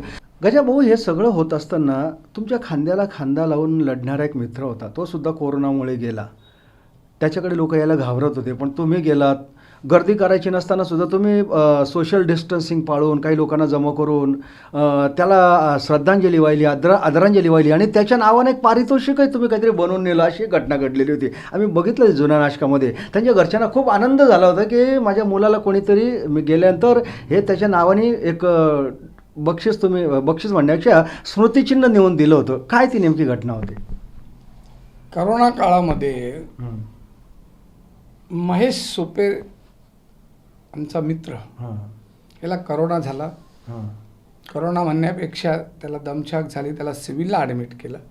त्यानंतर त्याला बरं वाटलं, त्याच्यानंतर लाईफ केअरला त्याला ॲडमिट केलं. दुसऱ्या दिवशी अशी वेळ आली की त्याला घरी सोडायची वेळ आली आणि सोडत असताना त्याला अटॅक आला. बरं, अटॅक आला त्या टायमाला भयानक करोनाची परिस्थिती होती. त्याची बहीण पुण्याला होती. त्याची बॉडी कमीत कमी 150 kgची त्याची बॉडी होती. मी तिथे गेल्यानंतर प्रत्येकजण अशा टायमामध्ये जो माणूस काही करत असतो तर त्याला विरोध म्हणण्यापेक्षा जो तो जे त्याचे विचार मांडत असतो. आणि प्रत्येकाने काय केलं का त्याला करोना झालेला आहे, डॉक्टरांनी सांगितलंय करोना आहे, करोनाने, अशा पद्धतीत सर्वजण तिथं घाबरत गेले. स्थानिक नगरसेवक माझी त्याला फोन लावला, म्हटलं कुठे आहे तर तो दवाखान्यात आहे. त्यानंतर त्याला फोन लावला तर म्हणे मी घरी आहे. आणि मग तिथं पोचल्यानंतर का खरं पाहिलं तर त्याची बॉडी त्या डॉक्टरांनी साध्या पद्धतीत दिली. म्हणजे त्याला करोना नव्हता म्हणण्यापेक्षा तो करोना निघून गेलेला होता. आणि मग ती बॉडी त्याची आम्ही स्ट्रेचरवरच आणली. स्ट्रेचरवरती ती म्हणजे बांबूवरती करण्यासारखीच नव्हती. मग ती आणल्यानंतर ती घरापर्यंत आणली आणि त्या पद्धतीत तिथं पण सुद्धा नको सरी पळापळी, धावपळ, घाबराट खूप पद्धतीत. परंतु त्याच्या तोंडातून पण थोडंफार प्रमाणात रक्त वगैरे यायला लागलं. आणि त्या माध्यमातून आम्ही तिथे त्या बॉडीवरती अतिशय चांगल्या पद्धतीत हार, फुलं, आपल्या हिंदू धर्मानुसार ते पानं वगैरे लावणं, गंध, गुलाल हे ते सर्व करणं, सर्वांचा पाहण्याचा दृष्टिकोन कबा करताय बा. आणि मी तशीच ती बॉडी आम्ही प्रत्येकाची, काही लोकांची भावना होती घरापर्यंत नकोच. आमचा एक मित्र होता माजी नगरसेवक, ते खाली ग्रुप करून उभे होते. म्हणे नाही नका त्यांना करोना. परंतु अरे म्हटलं करोना जर का असता तर डॉक्टरने त्यांची बॉडी पॅक करून दिलीच नसती. म्हणजे एवढी जी मानसिकता लोकांची होती, एकदम जिवलग मित्र. परंतु मग ती बॉडी आम्ही अतिशय सुंदर याच्यानी ती बॉडी, आणि तो जो मुलगा होता हिंदुत्ववादावरती त्याचं फार मोठं वर्चस्व होतं. आणि ती आम्ही सुंदर प्रकारे त्याची अशी छानपैकी ती अंत्ययात्रा आम्ही ती केली. खऱ्या अर्थाने ती जर अंत्ययात्रा होती तर 2 मिनिटातच 4 लोक जाऊन करण्यासारखी प्रत्येकाची जी भावना होती. परंतु त्या याला जे करण्याचा जो मानसिकता आहे ती चांगल्या प्रकारे केली. घरी जाऊन मी आंघोळ केली, ठीक आहे, मला याच्यातून घरच्यांना त्रास होत होता, सर्व होत होतं, परंतु मला त्याची मनातून वाटत होती, पण मी घरच्यांना ती जाणून करून नाही दिली. आणि मग ती केल्यानंतर तिथे त्याला श्रद्धांजली वाहिली. हे सर्व जे काही आहे माझ्या आईच्या यालाच ती श्रद्धांजली खऱ्या अर्थाने मी वाहील, कारण मी आईसाठी नाही करू शकलो, तर मग बाकीच्यांसाठी मी त्या पद्धतीत पूर्ण करून मला जेवढं करता येईल तेवढा आनंद, कारण तुम्हाला सांगतो. आणि मग त्यानंतर त्याच्यात असं भेटलं का ती बॉडीचा अंत्यविधी झाला, छान झालं, सर्व झालं. आणि त्यानंतर सहज माझ्या डोक्यात कल्पना आली का बा हा माणूस हिंदुत्ववादी होता, याची खरी अंत्ययात्रा याचं जायलाच नाही पाहिजे, परंतु जाणं हे तुमच्या माझ्या जीवनामध्ये नसतं, ते परमेश्वराच्या हातात असतं. आणि त्याची अंत्ययात्रा ही हजारोच्या मापाने झाली पाहिजे. राजाभाऊ, त्याच्या अंत्यविधीला तो शिवसेनेचा एक मोठा पदाधिकारी काय असताना सुद्धा एकही पदाधिकारी त्याच्या अंत्यविधीला नसावा, म्हणजे याच्यापेक्षा दुर्दैव नसावं. सांगायचा उद्देश असा आहे का मी काय केलं, मग माझ्या डोक्यात अशी कल्पना सुचली का हा खरा एवढा मोठा माणूस होता आणि मग याला आपण काहीतरी करावं. आणि मग धर्मयोद्धा म्हणून मला असं डोक्यात आलं आणि ते एक स्मृतिचिन्ह का याला आज नंतर धर्मयोद्धा म्हणून याला ओळखण्यात यावं. आणि आम्ही त्याच्या 10व्याच्या दिवशी जाऊन एक 2-4 लोकांनी त्याला ते सुंदर असं त्याच्या घरच्यांना तो आनंद त्याच्या घरच्यांना.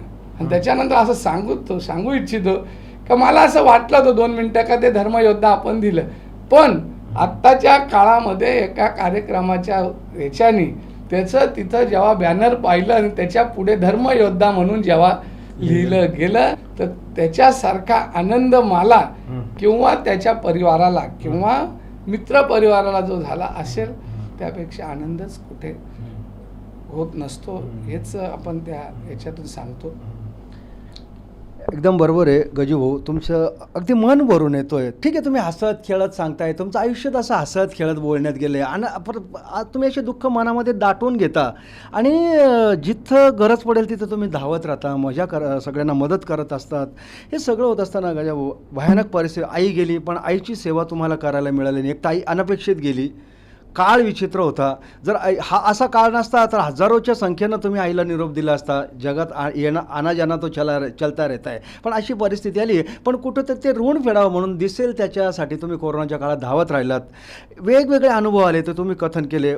कथन करण्यासारखं तुमच्याकडे खूप काही आहे, पण आपल्याकडे वेळेची मर्यादा आहे. पण तरी तुम्ही भरभरून बोलतात. पण जाता जाता तुम्ही जे काही एकंदरीत बघितलं, लोकांची एकंदरीत मेंटॅलिटी तुम्ही सांगितली. जाता जाता आता लोकांना तुम्ही काय व्यक्त व्हाल तुम्ही आपल्या जागर जनस्थानच्या व्यासपीठावरून की दोस्तांनो घाबरू नका, जे काय असेल ते पुढच्या गोष्टींना सामोरे जा. तुम्ही काय पाहिलं, लोकांना काय सांगाल जागर जनस्थानच्या माध्यमातून? मी एक पहिला आपल्या फेसबुकला एक मुलाखत दिली आहे 6 मिनिटाची, ती पण सुंदर आहे, घोडके.com म्हणून. तर सांगू इच्छितो का त्या मुलाखतीच्या दरम्यान मी सांगितलं आहे का जर का करोना झाला, तुम्ही एका माध्यमाला इतके घाबरत आहात, इतकं दुःख, इतकं करोना म्हणजे काय, तर मला एवढं त्याच्यातून सांगू इच्छितो का आपण जेव्हा भाजीच्या दुकानात जातो, करोना काळात सुद्धा त्याच गर्दीने आपण जायचो आणि देशी दारूच्या दुकानात आपण एवढी गर्दी करतो.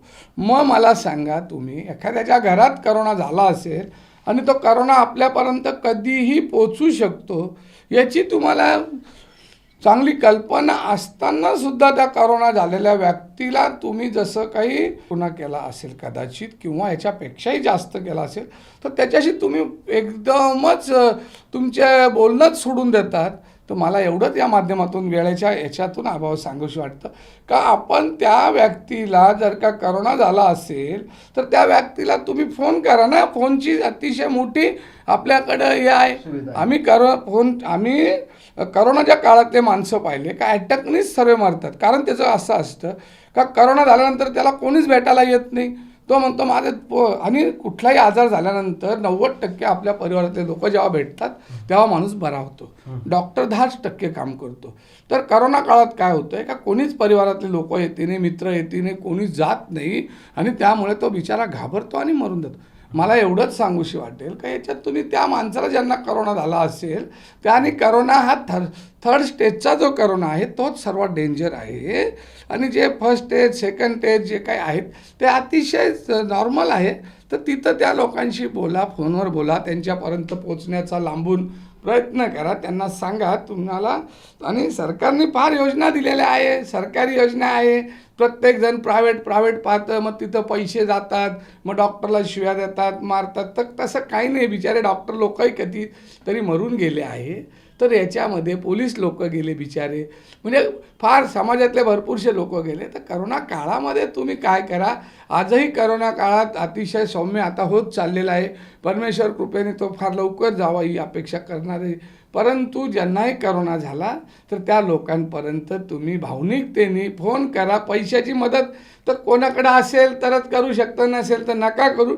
पण तिथपर्यंत त्याला सांगा तुझ्या मुलांची बाळांची आम्ही काळजी करणार आहे, तू घाबरू नको आणि तू जिवंत राहणार आहे, तू खूप पुण्य केलं आहे, तू त्याच्या आई वडिलांना द्या. अहो आम्ही तर इतके पाहिले का वडील, आमच्या समाजातला एक माणूस मेला वडील, तर त्याला महापालिकेच्या गाडीत टाकून दिलं. मग मला कळलं तर काय, तर म्हणे मी पण क्वारंटाईन आहे. एक आमच्या बहिणीची सासू आली, ते पण म्हणे मी क्वारंटाईन आहे. म्हटलं मला कळलं असतं ना तर तुम्ही ड्रेस घालून गेले असते. फर्स्ट स्टेज आहे आणि लगेच माणूस पॉझिटिव्ह सापडतो. याच्यातून एवढंच सांगतो का प्रत्येक व्यक्तीला आज जर का माहिती आहे का आपल्यापर्यंत करोनासारखा आजार हा येऊ शकतो, मग आपल्या वेळेसही कोणीच येणार नाही. म्हणून आपण समोरच्यासाठी नाही, मी सांगतो माझ्या एवढं पळा असं नाही म्हणत, परंतु 2% 1% तरी प्रत्येक माणसाने जर पळालं तर त्याला 20% त्याला खूप मोठा आधार भेटेल. आणि याच्यातून आणि तुम्हाला एक अजून सांगतो का ज्या ठिकाणी गरीब असतात तिथं कोणीच येत नाही. आणि काही करोनाच्या याला आम्ही पाहिले तर हजारोचा मापही असतो, मग तिथं हजारोच्या मापने लोक जात आहे. आणि एखादा गरीब राहतो त्याला आपण सांगतो का तुला करोना होता म्हणून आम्ही पोहोचू शकलो नाही आणि आम्हाला करोना होईल. करोना आजार हा फर्स्ट स्टेज सेकंड स्टेज आहे, तर हा फार नॉर्मल आहे आणि हा कोणालाही होऊ नये अपेक्षा करतो. आणि प्रत्येकाने त्याच्यासाठी आपण त्या लोकांना तुमच्याकडून जर का जाणं होत नसेल तर कमीत कमी त्यांना फोनवरती 2-2 तास त्यांना सांगा का आम्ही आहे, घाबरू नका, काळजी करू नका. आणि याच पद्धतीत आणि तुम्हालाही काही वाटलं तर आमच्याशी संपर्क साधा. काही लोकांना माहिती नसेल तर तुम्ही आम्हाला बोलवा आणि आम्ही पण नातेवाईकांपर्यंत पोचू. पण करोनाला एवढंही घाबरू नका का त्या माणसाला फोनमधून तुम्हाला करोना होईल आणि फोनच तुम्ही करायचा नाही. तर एवढंही करू नका बुवा काय जेणेकरून आणि मग जायचंच आहे ना हो. ॲक्सिडेंटमध्ये जातं माणूस, कुठल्या पद्धतीत जातं.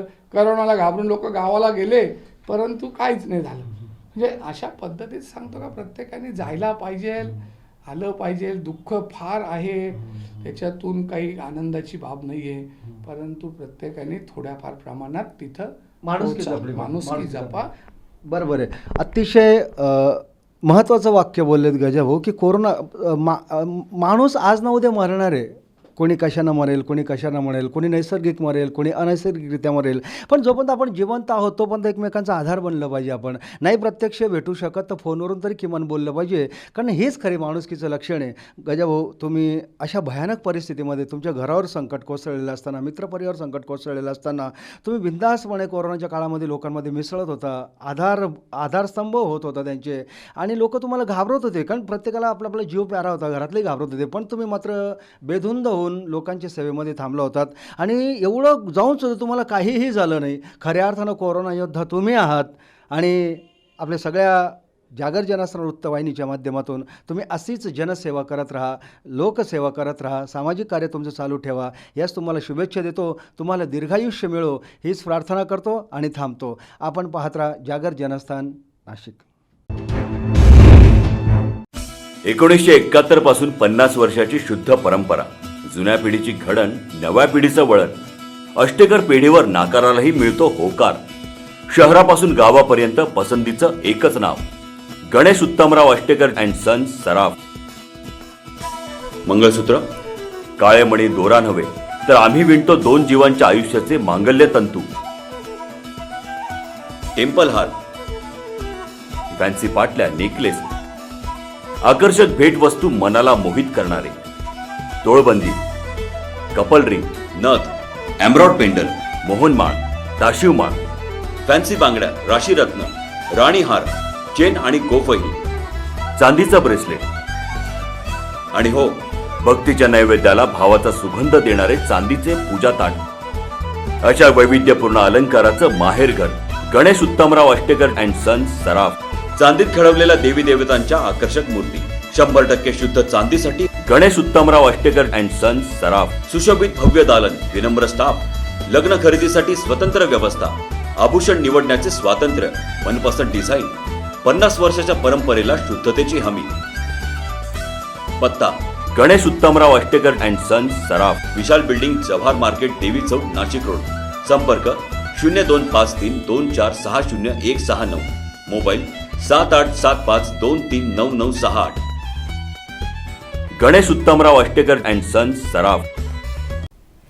नमस्कार, मी अभिनेत्री पूनम पाटील. जागर जनस्थान ही उत्तर महाराष्ट्रातली आघाडीची वृत्तवाहिनी होऊ पाहतीये. तिच्या वाटचालीस माझ्याकडून हार्दिक हार्दिक शुभेच्छा. धन्यवाद.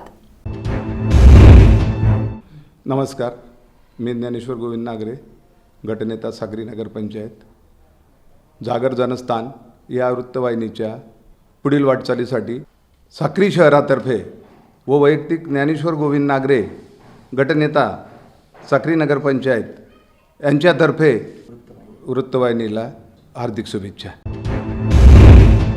नमस्कार, मी डॉक्टर नेहा नितीन लाड, वंध्यत्व निवारण व एंडोस्कोपिक तज्ज्ञ, डॉक्टर लाड्स नवजीवन हॉस्पिटल, मुंबई नाका येथील संचालिका.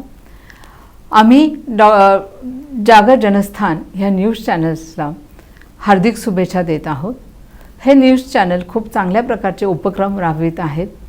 त्यांनी असेच उपक्रम राबवावेत व सामाजिक बांधिलकीमध्ये एक नाव निर्माण करावं, याच्यासाठी नवजीवन हॉस्पिटलतर्फे मी त्यांना शुभेच्छा देते आणि त्यांची पुढची वाटचाल ही अशीच भरभराटीची हो असं मी त्यांना शुभेच्छा देते. जागर जनस्थान या एक अग्रगण्य अशा वाहिनीचं उत्तर महाराष्ट्रात प्रक्षेपित होत असताना आणि त्यांच्या हे नवीन कार्यक्रमाला जागर कट्टा याला माझ्या शुभेच्छा आणि भावी वाटचालीस खूप खूप शुभेच्छा. नमस्कार, मी डॉक्टर स्वाती चव्हाण वंजारी, मानसोपचार तज्ज्ञ, नाशिक. उत्तर महाराष्ट्रातील आघाडीची वृत्तवाहिनी जागर जनस्थान यांना पुढील वाटचालीस हार्दिक शुभेच्छा. सुरक्षा आपली जबाबदारी. SSS सिक्युरिटी बाउन्सर्सची. आम्ही पुरवतो कॉर्पोरेट सेवा, औद्योगिक सेवा, वित्तीय संस्था, सुरक्षेसह अंगरक्षक, सशस्त्र रक्षक पुरवणारी विश्वासार्ह संस्था, back team support, well disciplinary uniform staff, train advisory unit. मुख्य कार्यालय 4 अंबिका अपार्टमेंट, साधू वासवानी मार्ग, होलाराम कॉलनी, नाशिक. 422-002. दूरध्वनी 0253 231 5052. गणेश 7218 65600.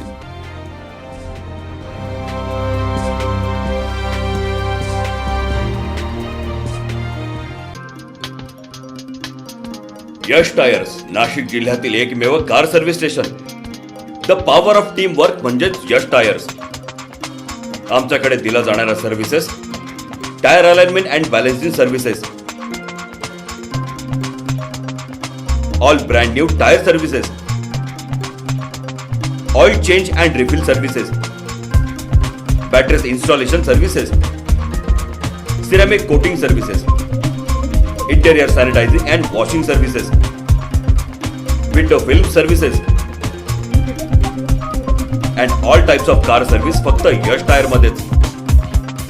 उत्तर महाराष्ट्रातील एकमेव विश्वसनीय कार सर्व्हिस म्हणजे आपल्या हक्काचे यश टायर. एकदा या आणि खात्री करून जा. आपल्या स्वागतासाठी सज्ज आहे Yash tyres. Yash tyres, shop number 123 Samnani Centurium, near करीलिम्स hotel, opposite passport office, Shikrewadi, Nashik. Nashik road 422101.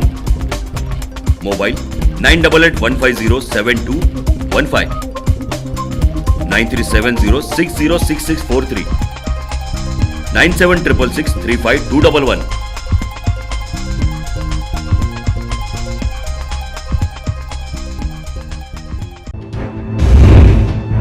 देवीच्या नावाचा, मातेच्या नावाचा, आईच्या नावाचा जागर चालला आज रातीला.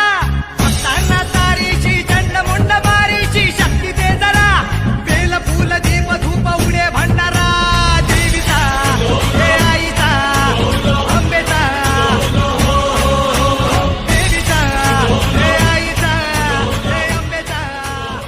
नमस्कार. जागर जनस्थानच्या जागर नारी शक्ती या कार्यक्रमामध्ये मी सुनील शिंदे आपलं स्वागत करतो. मित्रांनो, या मंचावर आपण विविध व्यक्तिमत्वांना इथे आमंत्रित करतो. आजचं व्यक्तिमत्व मात्र थोडंसं आगळं-वेगळं आहे. ते कलेशी निगडीत आहे. बरोबर आहे. एखादी वास्तू जर आपण बघायची म्हटली तर त्या वास्तूमध्ये जर जीव ओतायचा असेल तर त्याला कलेची जोड ही फार महत्त्वाची असते. त्याच्यात रंग असतील, त्याच्यात विविध वस्तू असतील, त्या जर त्याची आणि त्या वास्तूची जर कलेची सांगड झाली नाही तर त्या वास्तूमध्ये जीव येत नाही. अशाच पद्धतीचं विविध स्वरूपाचं काम आपल्या आजच्या जागर जनस्थानच्या मंचावर आलेलं व्यक्तिमत्व करते, ज्याचं नाव आहे शीतल सोनवणे, ज्या स्वतः आर्किटेक्ट आहे, ज्या स्वतः एक आर्टिस्ट आहे. विविध प्रवास त्यांचा आपण जाणून घेणार आहोत. तत्पूर्वी आपण शीतल सोनवणे यांचं स्वागत करूया. नमस्कार शीतल सोनवणेजी. जागर जनस्थान जागर नारी शक्तीच्या या कार्यक्रमामध्ये मी सुनील शिंदे आणि जागर जनस्थानच्या वतीने आपलं स्वागत. शीतलजी, आज कलेचा जो एक मोठा पडगा आहे हा खूप वेगवेगळ्या लेवलला विस्तारित झालेला आहे. मात्र आपण ज्या पद्धतीने काम करत आहात तर आपला हा जो काही प्रवास होता हा कुठल्या पद्धतीने सुरू झाला? तसं बघायला गेलं तर आपलं एक तरुण नेतृत्व म्हणून बघायला हरकत नाही. यू आर यंगस्टर राईट नाव.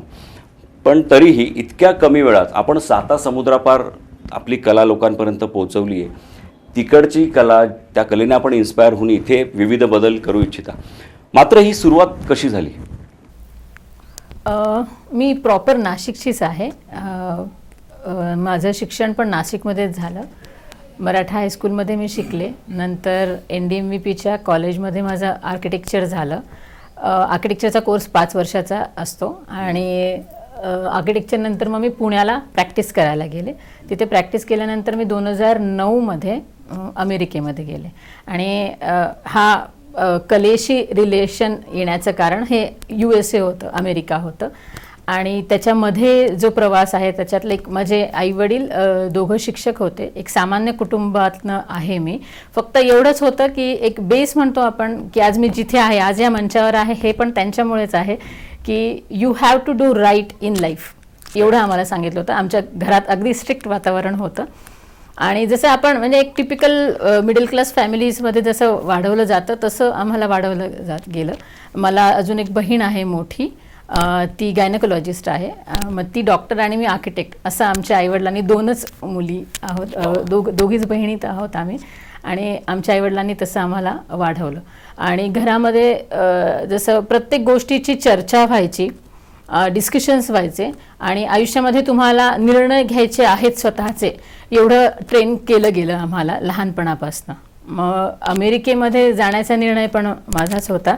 अमेरिकेमध्ये गेल्यानंतर अशा काही इन्सिडेन्सेस झाले ज्याच्यामुळे मला माझे तिथे कला दाखवण्याचा चान्स मिळाला आणि तो प्लॅटफॉर्म मला एकदा मिळाल्यावरती मी डिसाईड केलं की I will not go back foot now. आणि मग मी तिथे मी आर्किटेक्ट म्हणून जरी जॉब नाही करू शकले तरी कलेच्या फील्डमध्ये मी इंट्रोड्यूस झाल्यानंतर आय सेड की ओके, मी हा मार्ग मला जर मिळाला आहे तर ह्या मार्गावरती मी पुढे जाईन. आणि मग मी ब्रेक न घेता मी त्याच मार्गाने मी पुढे गेले.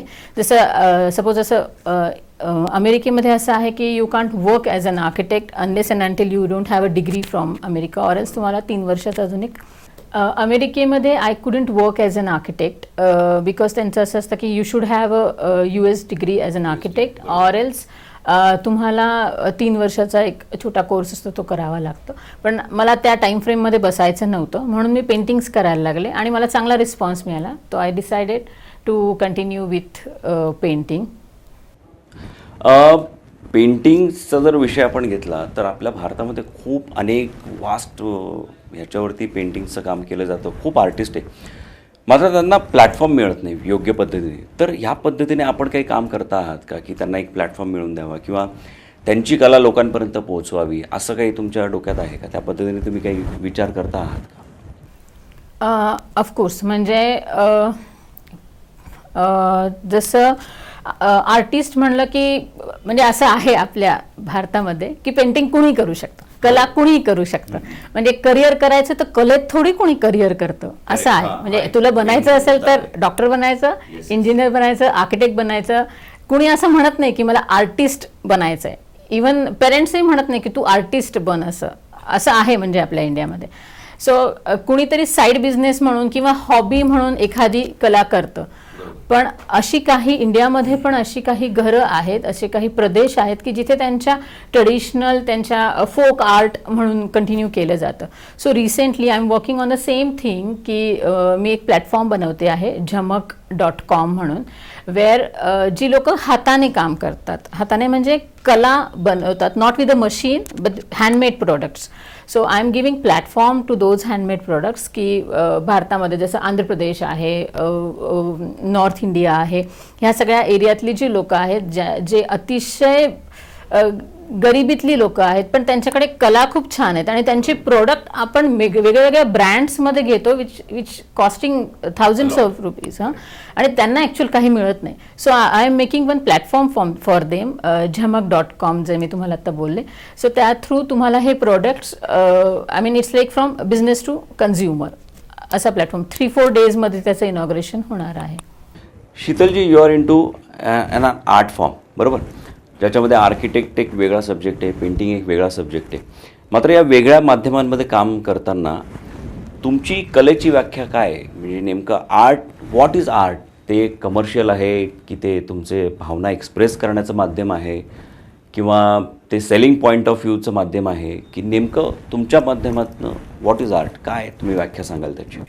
See, for me, art is something like it is an expression of something which already exists. म्हणजे जे ऑलरेडी आहे, जशा माझ्या भावना आहेत त्या ऑलरेडी तिथे आहेत, पण त्यांना एक्सप्रेस करणं म्हणजे आर्ट. आर्ट म्हणजे काही कम्प्लिटली न्यू कॉन्सेप्ट नाही आहे, जे ऑलरेडी एक्झिस्ट करतं त्याचंच एक्सप्रेशन करणं हे आर्ट. आणि देवाच्या कृपेने मला आर्किटेक्चरमध्ये पण काम करायला मिळालं आणि पेंटिंग्समध्ये, आर्टमध्ये पण काम करायला मिळालं. सो आय ऑलवेज से की I am doing the unification of heart of technique, that is architecture, and art of emotion, that is painting. So emotion and technical गोष्टींचं कॉम्बिनेशन मला लकीली देवाच्या कृपेने दोन्ही गोष्टींमध्ये काम करायला मिळतं. आणि सध्या असे प्रोजेक्ट्स पण मला मागच्या मी जेव्हा इंडियामध्ये परत आलं त्याच्यानंतर प्रोजेक्ट्स पण असे मिळाले की जिथे मला आर्किटेक्चरचं काम पण करायला मिळालं, आर्टिस्टिक काम पण करायला मिळालं. सो ह्या प्रकारे म्हणजे आर्ट हे इट्स अ माध्यम टू एक्सप्रेस तुमच्या इमोशन्स आणि architecture is completely technical thing. मग या दोघांची सांगड घालणं म्हणजे माझं काम. शीतलजी, कलाकार म्हटला की त्याच्यामधला जो एक स्पार्क असतो हा कुठेही तो असा बाहेर येत असतो. मात्र आपण परदेशात जात असता, आपण घराच्या बाहेर कुठेतरी फिरायला गेलेला असता, एखाद्या दुकानात गेलेला असता, तर तुमच्यातला कलाकार, तुमच्यातला तो आर्ट, हा आर्टिस्ट जो असतो तो नेहमी तुम्हाला कुठे काय असं बघितल्यावर, एखादं दुकान बघितल्यावर, एखादं स्ट्रक्चर बघितल्यावर तुम्हाला नेहमी असं वाटतं अरे नहीं यार ये थोड़ा और अच्छा होना चाहिए था, ये कलर कॉम्बिनेशन थोड़ा सा गलत होना चाहिए था. तर असं नेहमी तुम्हाला असं हा एक्सपिरियन्स कसा असतो? कारण कलाकार म्हटलं का तो शांत बसत नाही कधी, त्याला कलेच्या माध्यमातून त्याला ते फ्रेमिंगमध्ये ते बसलं नाही का ते त्याला थोडंसं असं ते खटकतं. तर नेमका तुमचा हा एक्सपिरियन्स कसा असतो? You mean to say criticize nature. Actually criticizing is bad, but to be very frank, मला सगळ्या गोष्टी क्रिटिसाइज करत असतात. म्हणजे आता एखाद्याने एखादा ड्रेस जरी घातला ना तरी मला असं वाटतं की यार हे इथे थोडंसं असं असं प्रत्येक ठिकाणी होतं. म्हणजे तसं माझ्या साईटवरती पण होतं. म्हणजे मग कधी कधी एवढी चिडचिड होते त्या समोरच्या माणसावरती की हे तू असं का केलं, हे असं नाही आहे, असं हे नव्हतंच असं. तर ते जोपर्यंत मनासारखं होत नाही तोपर्यंत त्या माणसाचा जीव घेतला जातो. नाही, करेक्ट आहे. कारण तुम्हाला तुमचं विजन वेगळं असतं आणि त्या समोरचा माणूस ज्या पद्धतीने करत असतो ते विजन वेगळं असतं. तर तुम्हाला ते विजन त्यांना एक्सप्लेन करणं फार इम्पॉर्टंट असतं. त्याच्याशिवाय तुमची कलाकृती ही लोकांपर्यंत येत नाही आणि ती जेव्हा येते तेव्हा त्याची ऑफकोर्स तारीफ होते आणि देन त्या गोष्टीला तुम्ही विन झालेले असतात. मला पुढचा प्रश्न असा विचारायचा आहे की कलेच्या माध्यमात आपण ज्यावेळेस काम करत असतो त्यावेळेस आपला जो संपर्क असतो हा विविध वर्गामध्ये येत असतो. लहान असतील, मोठे असतील, वयोवृद्ध माणसं असतील. मात्र आज लहान मुलांमध्ये कलेचं जो एक भाव आहे, जो एक प्रॉपर पद्धतीने पेरला गेला पाहिजे, तो येत नाही आहे आणि त्याच्यामुळे मुलं मोबाईलच्या व्यसनाआधी जास्त झालेले आहे किंवा वेगवेगळ्या मार्गाला जात आहेत. मात्र त्यांना कलेमध्ये आणणं हे कुठल्या पद्धतीने आपण बघता आहात किंवा मुलांसाठी कलेच्या माध्यमातून आपण काय करण्याची इच्छा आहे आपली? ओके, माझा हा जो थॉट आहे, माझं जे आर्ट सेंटर आहे क्रिएटिव्ह कुटीर, ह्याचा जो थ्रेड आहे तो मी अमेरिकेमध्ये असताना आर्ट गॅलरीज बघितल्या. न्यूयॉर्कमध्ये 1500 आर्ट गॅलरीज आहेत. सो त्या आर्ट गॅलरीज फिरत असताना I never come across any Indian painting, to be very frank. So मला ते कुठेतरी खलत होतं. आणि अमेरिकेमध्ये मला प्लस पॉईंट काय झाला तर मला सगळ्या आर्टिस्टची पुस्तकं अवेलेबल झाली to read. So that time luckily I was reading Pablo Picasso. आणि पॅब्लो पिकासोने at his last age he said की I am learning to paint like a child. So ते मला त्या आर्ट गॅलरीज मी जेव्हा फिरत होते तेव्हा मला ते जाणवत होतं की यार इथे का बरं इंडियन पेंटिंग्स का दिसत नाही आहे मला. आणि मी त्या गॅलरीजमध्ये व्हिजिट केली की ती लोकं म्हणायची की इफ आय से की मला माझं पेंटिंग इथे लावायचं आहे तर दे यूज टू से की if you are an artist you should not follow us, we should follow you. Okay. So तिथे आपल्याला जाणवत होतं की यार आपण अजून तिथे पोहोचलेलो नाही आहे. म्हणजे मग त्या पॅब्लो पिकासोचं पुस्तक रीडिंग ज्याच्यामध्ये म्हटलं आहे की I am learning to paint like a child, आणि मला जसं तिथे ट्रीट केलं जातं आहे, ह्या दोन गोष्टींमध्ये माझ्या डोक्यात खूप मोठं वादळ उठत होतं की कुठेतरी काहीतरी रॉंग होतंय, कुठेतरी काहीतरी चुकतंय. असं काय की मला हे एक्सप्रेशन्स नाही आहेत, मला काय ह्या लोकांसारखं एक्सप्रेस करता येत नाही आहे की हे एवढ्या म्हणजे हे वयाच्या इतक्या लेवलपर्यंत पोचून सुद्धा they can explain their life with very minimum forms. असं का आणि इतकं कॉन्फिडेंटली कसं, जे माझ्याकडे का नाही आहे. सो त्या पॅब्लो पिकासोचं ते सेंटेन्सवरून मी डिसाईड केलं की माझ्या देशामध्ये मुलांना आर्ट हे शिकवलं जातं आहे, ते एक्सप्रेस करायला चान्स नाही मिळत. आपण मुलांना डक किंवा देखावा जे लहानपणी आपण केलं घर, हां, ते ड्रॉ करायला शिकवतो, त्यांना नाही ड्रॉ करू देत. आपण इथे आर्ट क्लासला मुलांना पाठवतो, तो आर्ट क्लास नसतो, तो ड्रॉइंग क्लास असतो. तिथे समोर पुस्तक ठेवलं जातं आणि त्यांना सांगितलं जातं की हा हत्ती असाच काढायचा. का आपण मुलांना सांगत नाही तू बघितलेला हत्ती तू काढ म्हणून? त्याने जो कार्टून नेटवर्कवरती जो हत्ती काढला तो काढू देत ना त्यांना. त्यांच्या मनात किती कन्फ्युजन असेल की आम्ही बघतोय की आम्हाला इथे ड्रॉ असा केला जातोय, त्याच्या हत्तीला मे बी एकच कान असेल कारण की तो वन साइडच बघतोय, आपण का त्याला दोनच कान काढायला लावतो. So let him come with the flow, his own ideas. So मी तेव्हा अमेरिकेमध्ये तेव्हाच मी ठरवलं की I will work for the children and came back to India.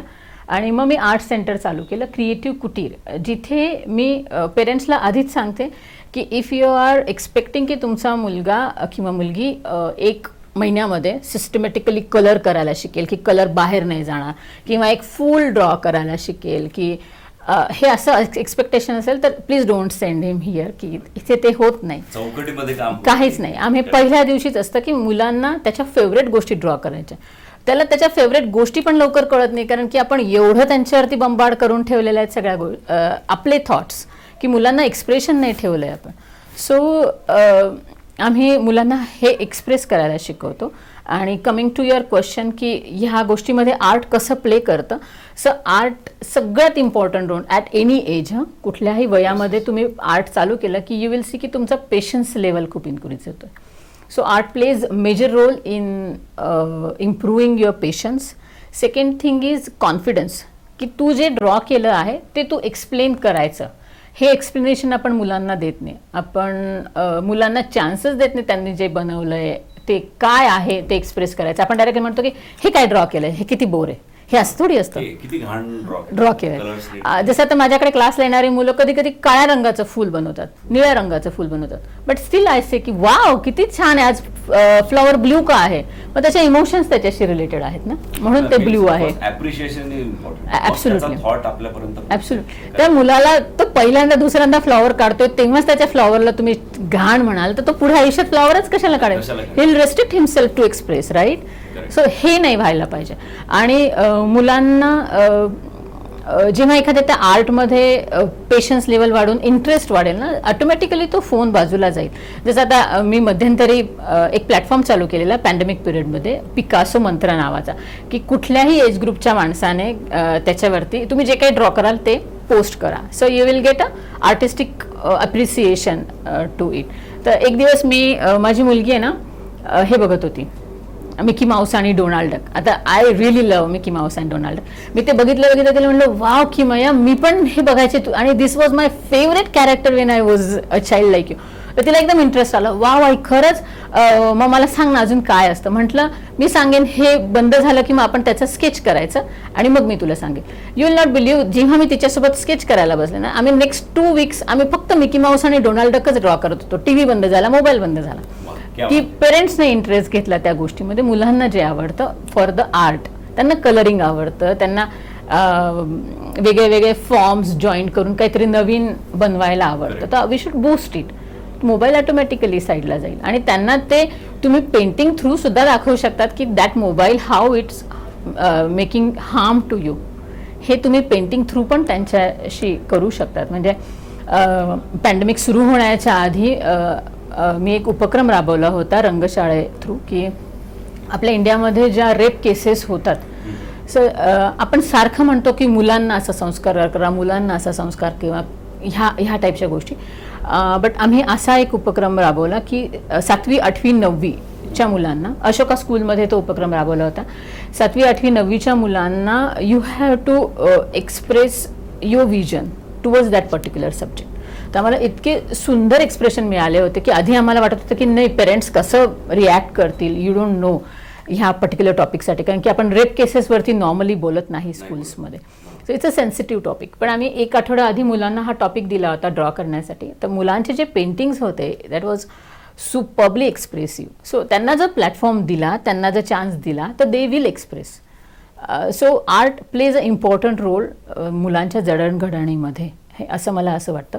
आणि इव्हन मी हे पण नेहमी म्हणत असते की तुमच्या मुलाला सायंटिस्ट बनवायचं असेल, डॉक्टर बनवायचं असेल, whatever you want to make him, but the base should be expressive, the base should be confident. आणि ह्या गोष्टी कुठून येतात? जसं एडिसनने बल्बचा शोध लावला, त्याने काहीतरी नवीन क्रिएट केलं बिकॉज त्याच्याकडे इमॅजिनेशन होतं.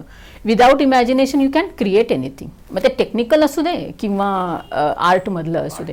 सो एक्सप्रेशन, इमॅजिनेशन आणि कॉन्फिडन्स ह्या 3 गोष्टी art is the only solution की ज्याच्यातनं मुलगा किंवा मुलगी पहिल्यांदा एक्सप्रेस करायला सुरुवात करते. ज्याच्या थ्रू तुम्ही जितकं जास्त त्यांना कॉन्फिडन्स देणार तेवढं ते जास्ती बाहेर वर्ल्डला फेस करण्यासाठी आणि करिअर फॉर्म करण्यासाठी त्यांना बूस्ट करेल. शीतलजी, मला पुढचा प्रश्न असा विचारायचा आहे की कलेचा प्रसार परदेशामध्ये खूप आहे, भारतामध्येही काही प्रमाणात आहे. मात्र तरीही परदेशामधले एक्झिबिशन्स आणि भारतामधले एक्झिबिशन्स याच्यामध्ये एक फरक असा जाणवतो की भारतामध्ये काही एक्झिबिशन्सला कमी गर्दी असते, लोकांचं येणं कमी आहे. मात्र नेमकं याच्या मागचं कारण काय असेल की आपली कला लोकांपर्यंत जात नाही आहे की लोक तिथपर्यंत येत नाही? मग हा प्रसार व्हावा ह्यासाठी तुम्हाला काय वाटतं? काय नेमकं ह्याचं समीकरण आहे? कलेच्या बाबतीत तसं बघितलं तर आपला भारत हा कलेचाच बेस आहे आपल्या भारताला सगळ्यात जास्त. म्हणजे आपण बाहेरच्या कंट्रीमध्ये जरी गेलो तरी सगळ्यात जास्त कला ही आपल्या भारतामध्येच आहे, सर्वात जास्त. पण ती हिस्टॉरिक लेवलला आहे. म्हणजे आता मे बी आपण टेक्निकल गोष्टींमध्ये इतके जास्त गुंतलेलो आहोत की आपण कलेला प्राधान्य देत नाही आहोत, असं असू शकेल ह्याचं एक्झाम्पल. किंवा आता आजकाल आपल्याला मोबाईलवरती सगळ्या गोष्टी इतक्या इझिली अवेलेबल आहेत की we don't feel like going to the exhibition and particularly see the exhibition. असं म्हणजे बाहेरच्या कंट्रीजमध्ये एक्झिबिशन, म्युझियम्स ह्या गोष्टींना इतकं जास्त महत्त्व दिलेलं जातं कारण की तिथली मुलं म्युझियम्स बघून वाढतात. म्हणजे विकेंड्सला कुठे जायचं तर ते म्युझियम्सला जातात आणि तिथे खरंच त्या लेव्हलचं डिटेलिंग आणि त्या लेव्हलचं काम करतात ॲक्च्युअल प्रत्येक संस्थासुद्धा. तर मला असं वाटतं पहिली गोष्ट तर आपल्या भारतात ते होत नाही बिकॉज ऑफ द अवेअरनेस कुठे कमी पडतो आहे कलेच्या बाबतीमध्ये. आणि दुसरी गोष्ट की मोबाईलमध्ये पेंटिंग बघणं आणि एक्झिबिशनमध्ये किंवा ॲक्च्युअलमध्ये म्युझियममध्ये पेंटिंग बघणं ह्याच्यामध्ये काय डिफरन्स आहे ह्या आपल्याला लहानपणापासून कधी सांगितलंच गेलेला नाही आहे मे बी. पण ॲक्च्युली तुम्ही जर एक्झिबिशनमध्ये जाऊन पेंटिंग बघाल, तुम्ही ते स्ट्रोक्स, ते एक्सप्रेशन आर्टिस्टचं you seriously I mean you feel lost. तिथे कम्प्लिटली तुम्ही पेंटिंगमध्ये हरवलेले असतात तो एक्सपिरियन्स तुम्हाला खरंच मोबाईलमध्ये मिळणार नाही. की ह्यूज पेंटिंग्ज असतात म्युझियममध्ये आणि त्या आर्टिस्टने जे ड्रॉ केलेलं असतं ते तुम्हाला सुन्न करून देतं. I mean there is no other word than this, की सुन्न करून देतं लिटरली, की तुम्ही कुठे आहात, तुम्ही त्या पेंटिंगमध्ये इतके मग्न होतात ते पर्टिक्युलर त्या पिरियडसाठी. पण हा एक्सपिरियन्स आहे ना, हा म्युझियम किंवा आर्ट गॅलरी तिथेच मिळेल, मोबाईलमध्ये मिळणार नाही. पण हा अवेअरनेस कोण करून देईल? Unless and until you don't visit it you can't say की हे कसं काम केलं जाईल. प्रत्येकाने एक स्टेप पुढे जाऊन ते बघितलंच पाहिजे, त्याच्याशिवाय हे होणार नाही. म्हणजे कलेचं एक मला माध्यम बनायचं आहे माझ्या देशातल्या मुलांसाठी, त्यांचा विकास करण्यासाठी मला काम करण्याचं माझं मेन एम आहे. आणि मी नॉर्मली माझे टार्गेट फिक्स करते की नेक्स्ट इयरमध्ये मला हे करायचं आहे, इथपर्यंत पोचायचं आहे. तर हे टार्गेट फिक्स करण्याच्या दृष्टीने आत्ता तरी रिसेंटली माझं आहे की जे होतं की मला जे हँडमेड गोष्टींमध्ये काम करणारी जी लोकं होती त्यांना प्लॅटफॉर्म द्यायचा होता, जो माझा आता होतो आहे. लहान मुलांसाठी काम करणं ते ऑलरेडी चालू आहे. मला स्पेशल मुलं असतात, म्हणजे जसं आपण ज्यांना ऐकू येत नाही, मेंटली काही प्रॉब्लेम आहे, त्या मुलांसाठी मला काम करायचं आहे. स्पेशल किड्ससाठी त्याची पण मी सुरुवात केलेली आहे. त्या मुलांसाठी काम केल्यानंतर अजून म्हणजे ज्या काही आत्ता माझ्या साईट्स चालू आहेत आर्किटेक्चरच्या, त्याच्यामध्ये जास्तीत जास्त आपण इंडियन गोष्टी कशा दाखवू शकतो, इंडियन आर्ट, ते माझं नेहमीच मोटिव्ह आहे आणि तेच मोटिव्ह राहील. की हाताने केलेल्या गोष्टी आपण जास्तीत जास्त लोकांना एम्प्लॉयमेंट देण्यासाठी त्या साईटचा पण कसा वापर होईल, हे माझं नेहमीच मोटिव्ह असतं. जास्तीत जास्त महिलांना कसं एम्प्लॉयमेंट देता येईल. मी आता कल्याणी महिला संस्थेची पण कार्यकारिणीवरती आहे, तर आमच्याकडे बऱ्याच महिला आहेत ज्यांना आम्ही काम देतो. आणि लकीली माझ्या क्रिएटिव्ह कुटीरला गव्हर्नमेंटची पण परमिशन मिळाली आहे. तर आम्ही जास्तीत जास्त महिलांना स्वावलंबी बनवून काही ना काही प्रोडक्ट त्यांना आर्टच्या दृष्टीने शिकवून त्या स्वतःचं अर्निंग करू शकतील, हा माझा मोटिव्ह आहे. आणि त्या दृष्टीने आत्ता आमचं काम चालू आहे. आणि सगळ्यात मेन म्हणजे कलेसाठी अवेअरनेस, जो तुम्ही आधी मला 2 प्रश्नाच्या आधी जो प्रश्न विचारला होता की आपल्या देशात असं का आहे, तो आय सेड अवेअरनेस. सो तो अवेअरनेस करण्याचं काम मेन म्हणजे मी माझ्या रंगोत्सव नावाच्या कॉन्सेप्टने करते. रंगोत्सव माझी जी कॉन्सेप्ट आहे ती वर्षातनं आम्ही एकदाच रन करतो, ज्याच्यामध्ये जी आपले ब्युरोक्राईट्स असतात किंवा आपली जी मेन सिटीमधली जी लोकं आहेत, who runs the business, who runs the city, ज्यांना ॲब्सोल्युटली स्वतःसाठी वेळ मिळत नाही, आम्ही त्यांच्यासोबत 2-3 तास पेंटिंग करतो आणि they express their thought through painting. So ह्या लोकांना फॉलो करणारा क्राऊड खूप मोठा असतो. मग माझा हा जो कॉन्सेप्ट आहे ह्याच्या थ्रू पण मी अवेअरनेस करते की not only through children but with the elders who have achieved already in the society, they have reach to one particular level. ह्या लोकांसोबत पण मी काम करते आणि अवेअरनेसचं काम लहान मुलांपासून तर ॲडल्टपर्यंत सगळ्या लोकांपर्यंत मी कलेच्या माध्यमातून करते आहे. वाव. शीतलजी, जागर जनस्थान, जागर नारी शक्तीचा या कार्यक्रमामध्ये आपण इतक्या वेगळ्या पद्धतीने कलेशी आम्हाला एक सांगड घालायला मदत केली, त्याबद्दल खूप खूप धन्यवाद.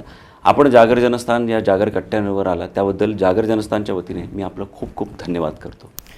धन्यवाद सुनील, आणि धन्यवाद जागर जनस्थान कट्ट्याला सुद्धा की मला तुम्ही इथे बोलवलं आणि मला चान्स दिलात टू गेट एक्सप्रेस. आणि माझ्यामुळे काही महिलांना प्रोत्साहन मिळणार असेल तर that will be great thing. आणि थँक्यू सो मच सुनील, मला इथे इन्व्हाइट केल्याबद्दल. तर मित्रांनो, या होत्या शीतल सोनवणे. बघा ना, आपल्या आयुष्यात कलेचं महत्त्व किती असतं. कलेला एका वेगळ्या चष्म्यातनं आज आपल्याला बघण्याची संधी शीतल सोनवणे यांनी दिली आणि त्याच माध्यमातून आपल्याला विविध पैलू आपल्याला यातनं कळाले. मित्रांनो, जागर जनस्थान, जागर नारी शक्तीच्या या कार्यक्रमामध्ये आपण असेच वेगवेगळे पर्सनॅलिटीज, वेगवेगळे मान्यवर आपण इथे आमंत्रित करणार आहोत. आपण पाहत राहा जागर जनस्थान, सामान्य माणसांच्या हक्कांचं विचारपीठ. धन्यवाद. देवीच्या नावाचा, मातेच्या नावाचा, आईच्या नावाचा जागर चालला आज रातीला. भक्तांना तारीची, चंडमुंड बारीची शक्ती दे जरा. बेल फुल दीप धूप उडे भंडारा.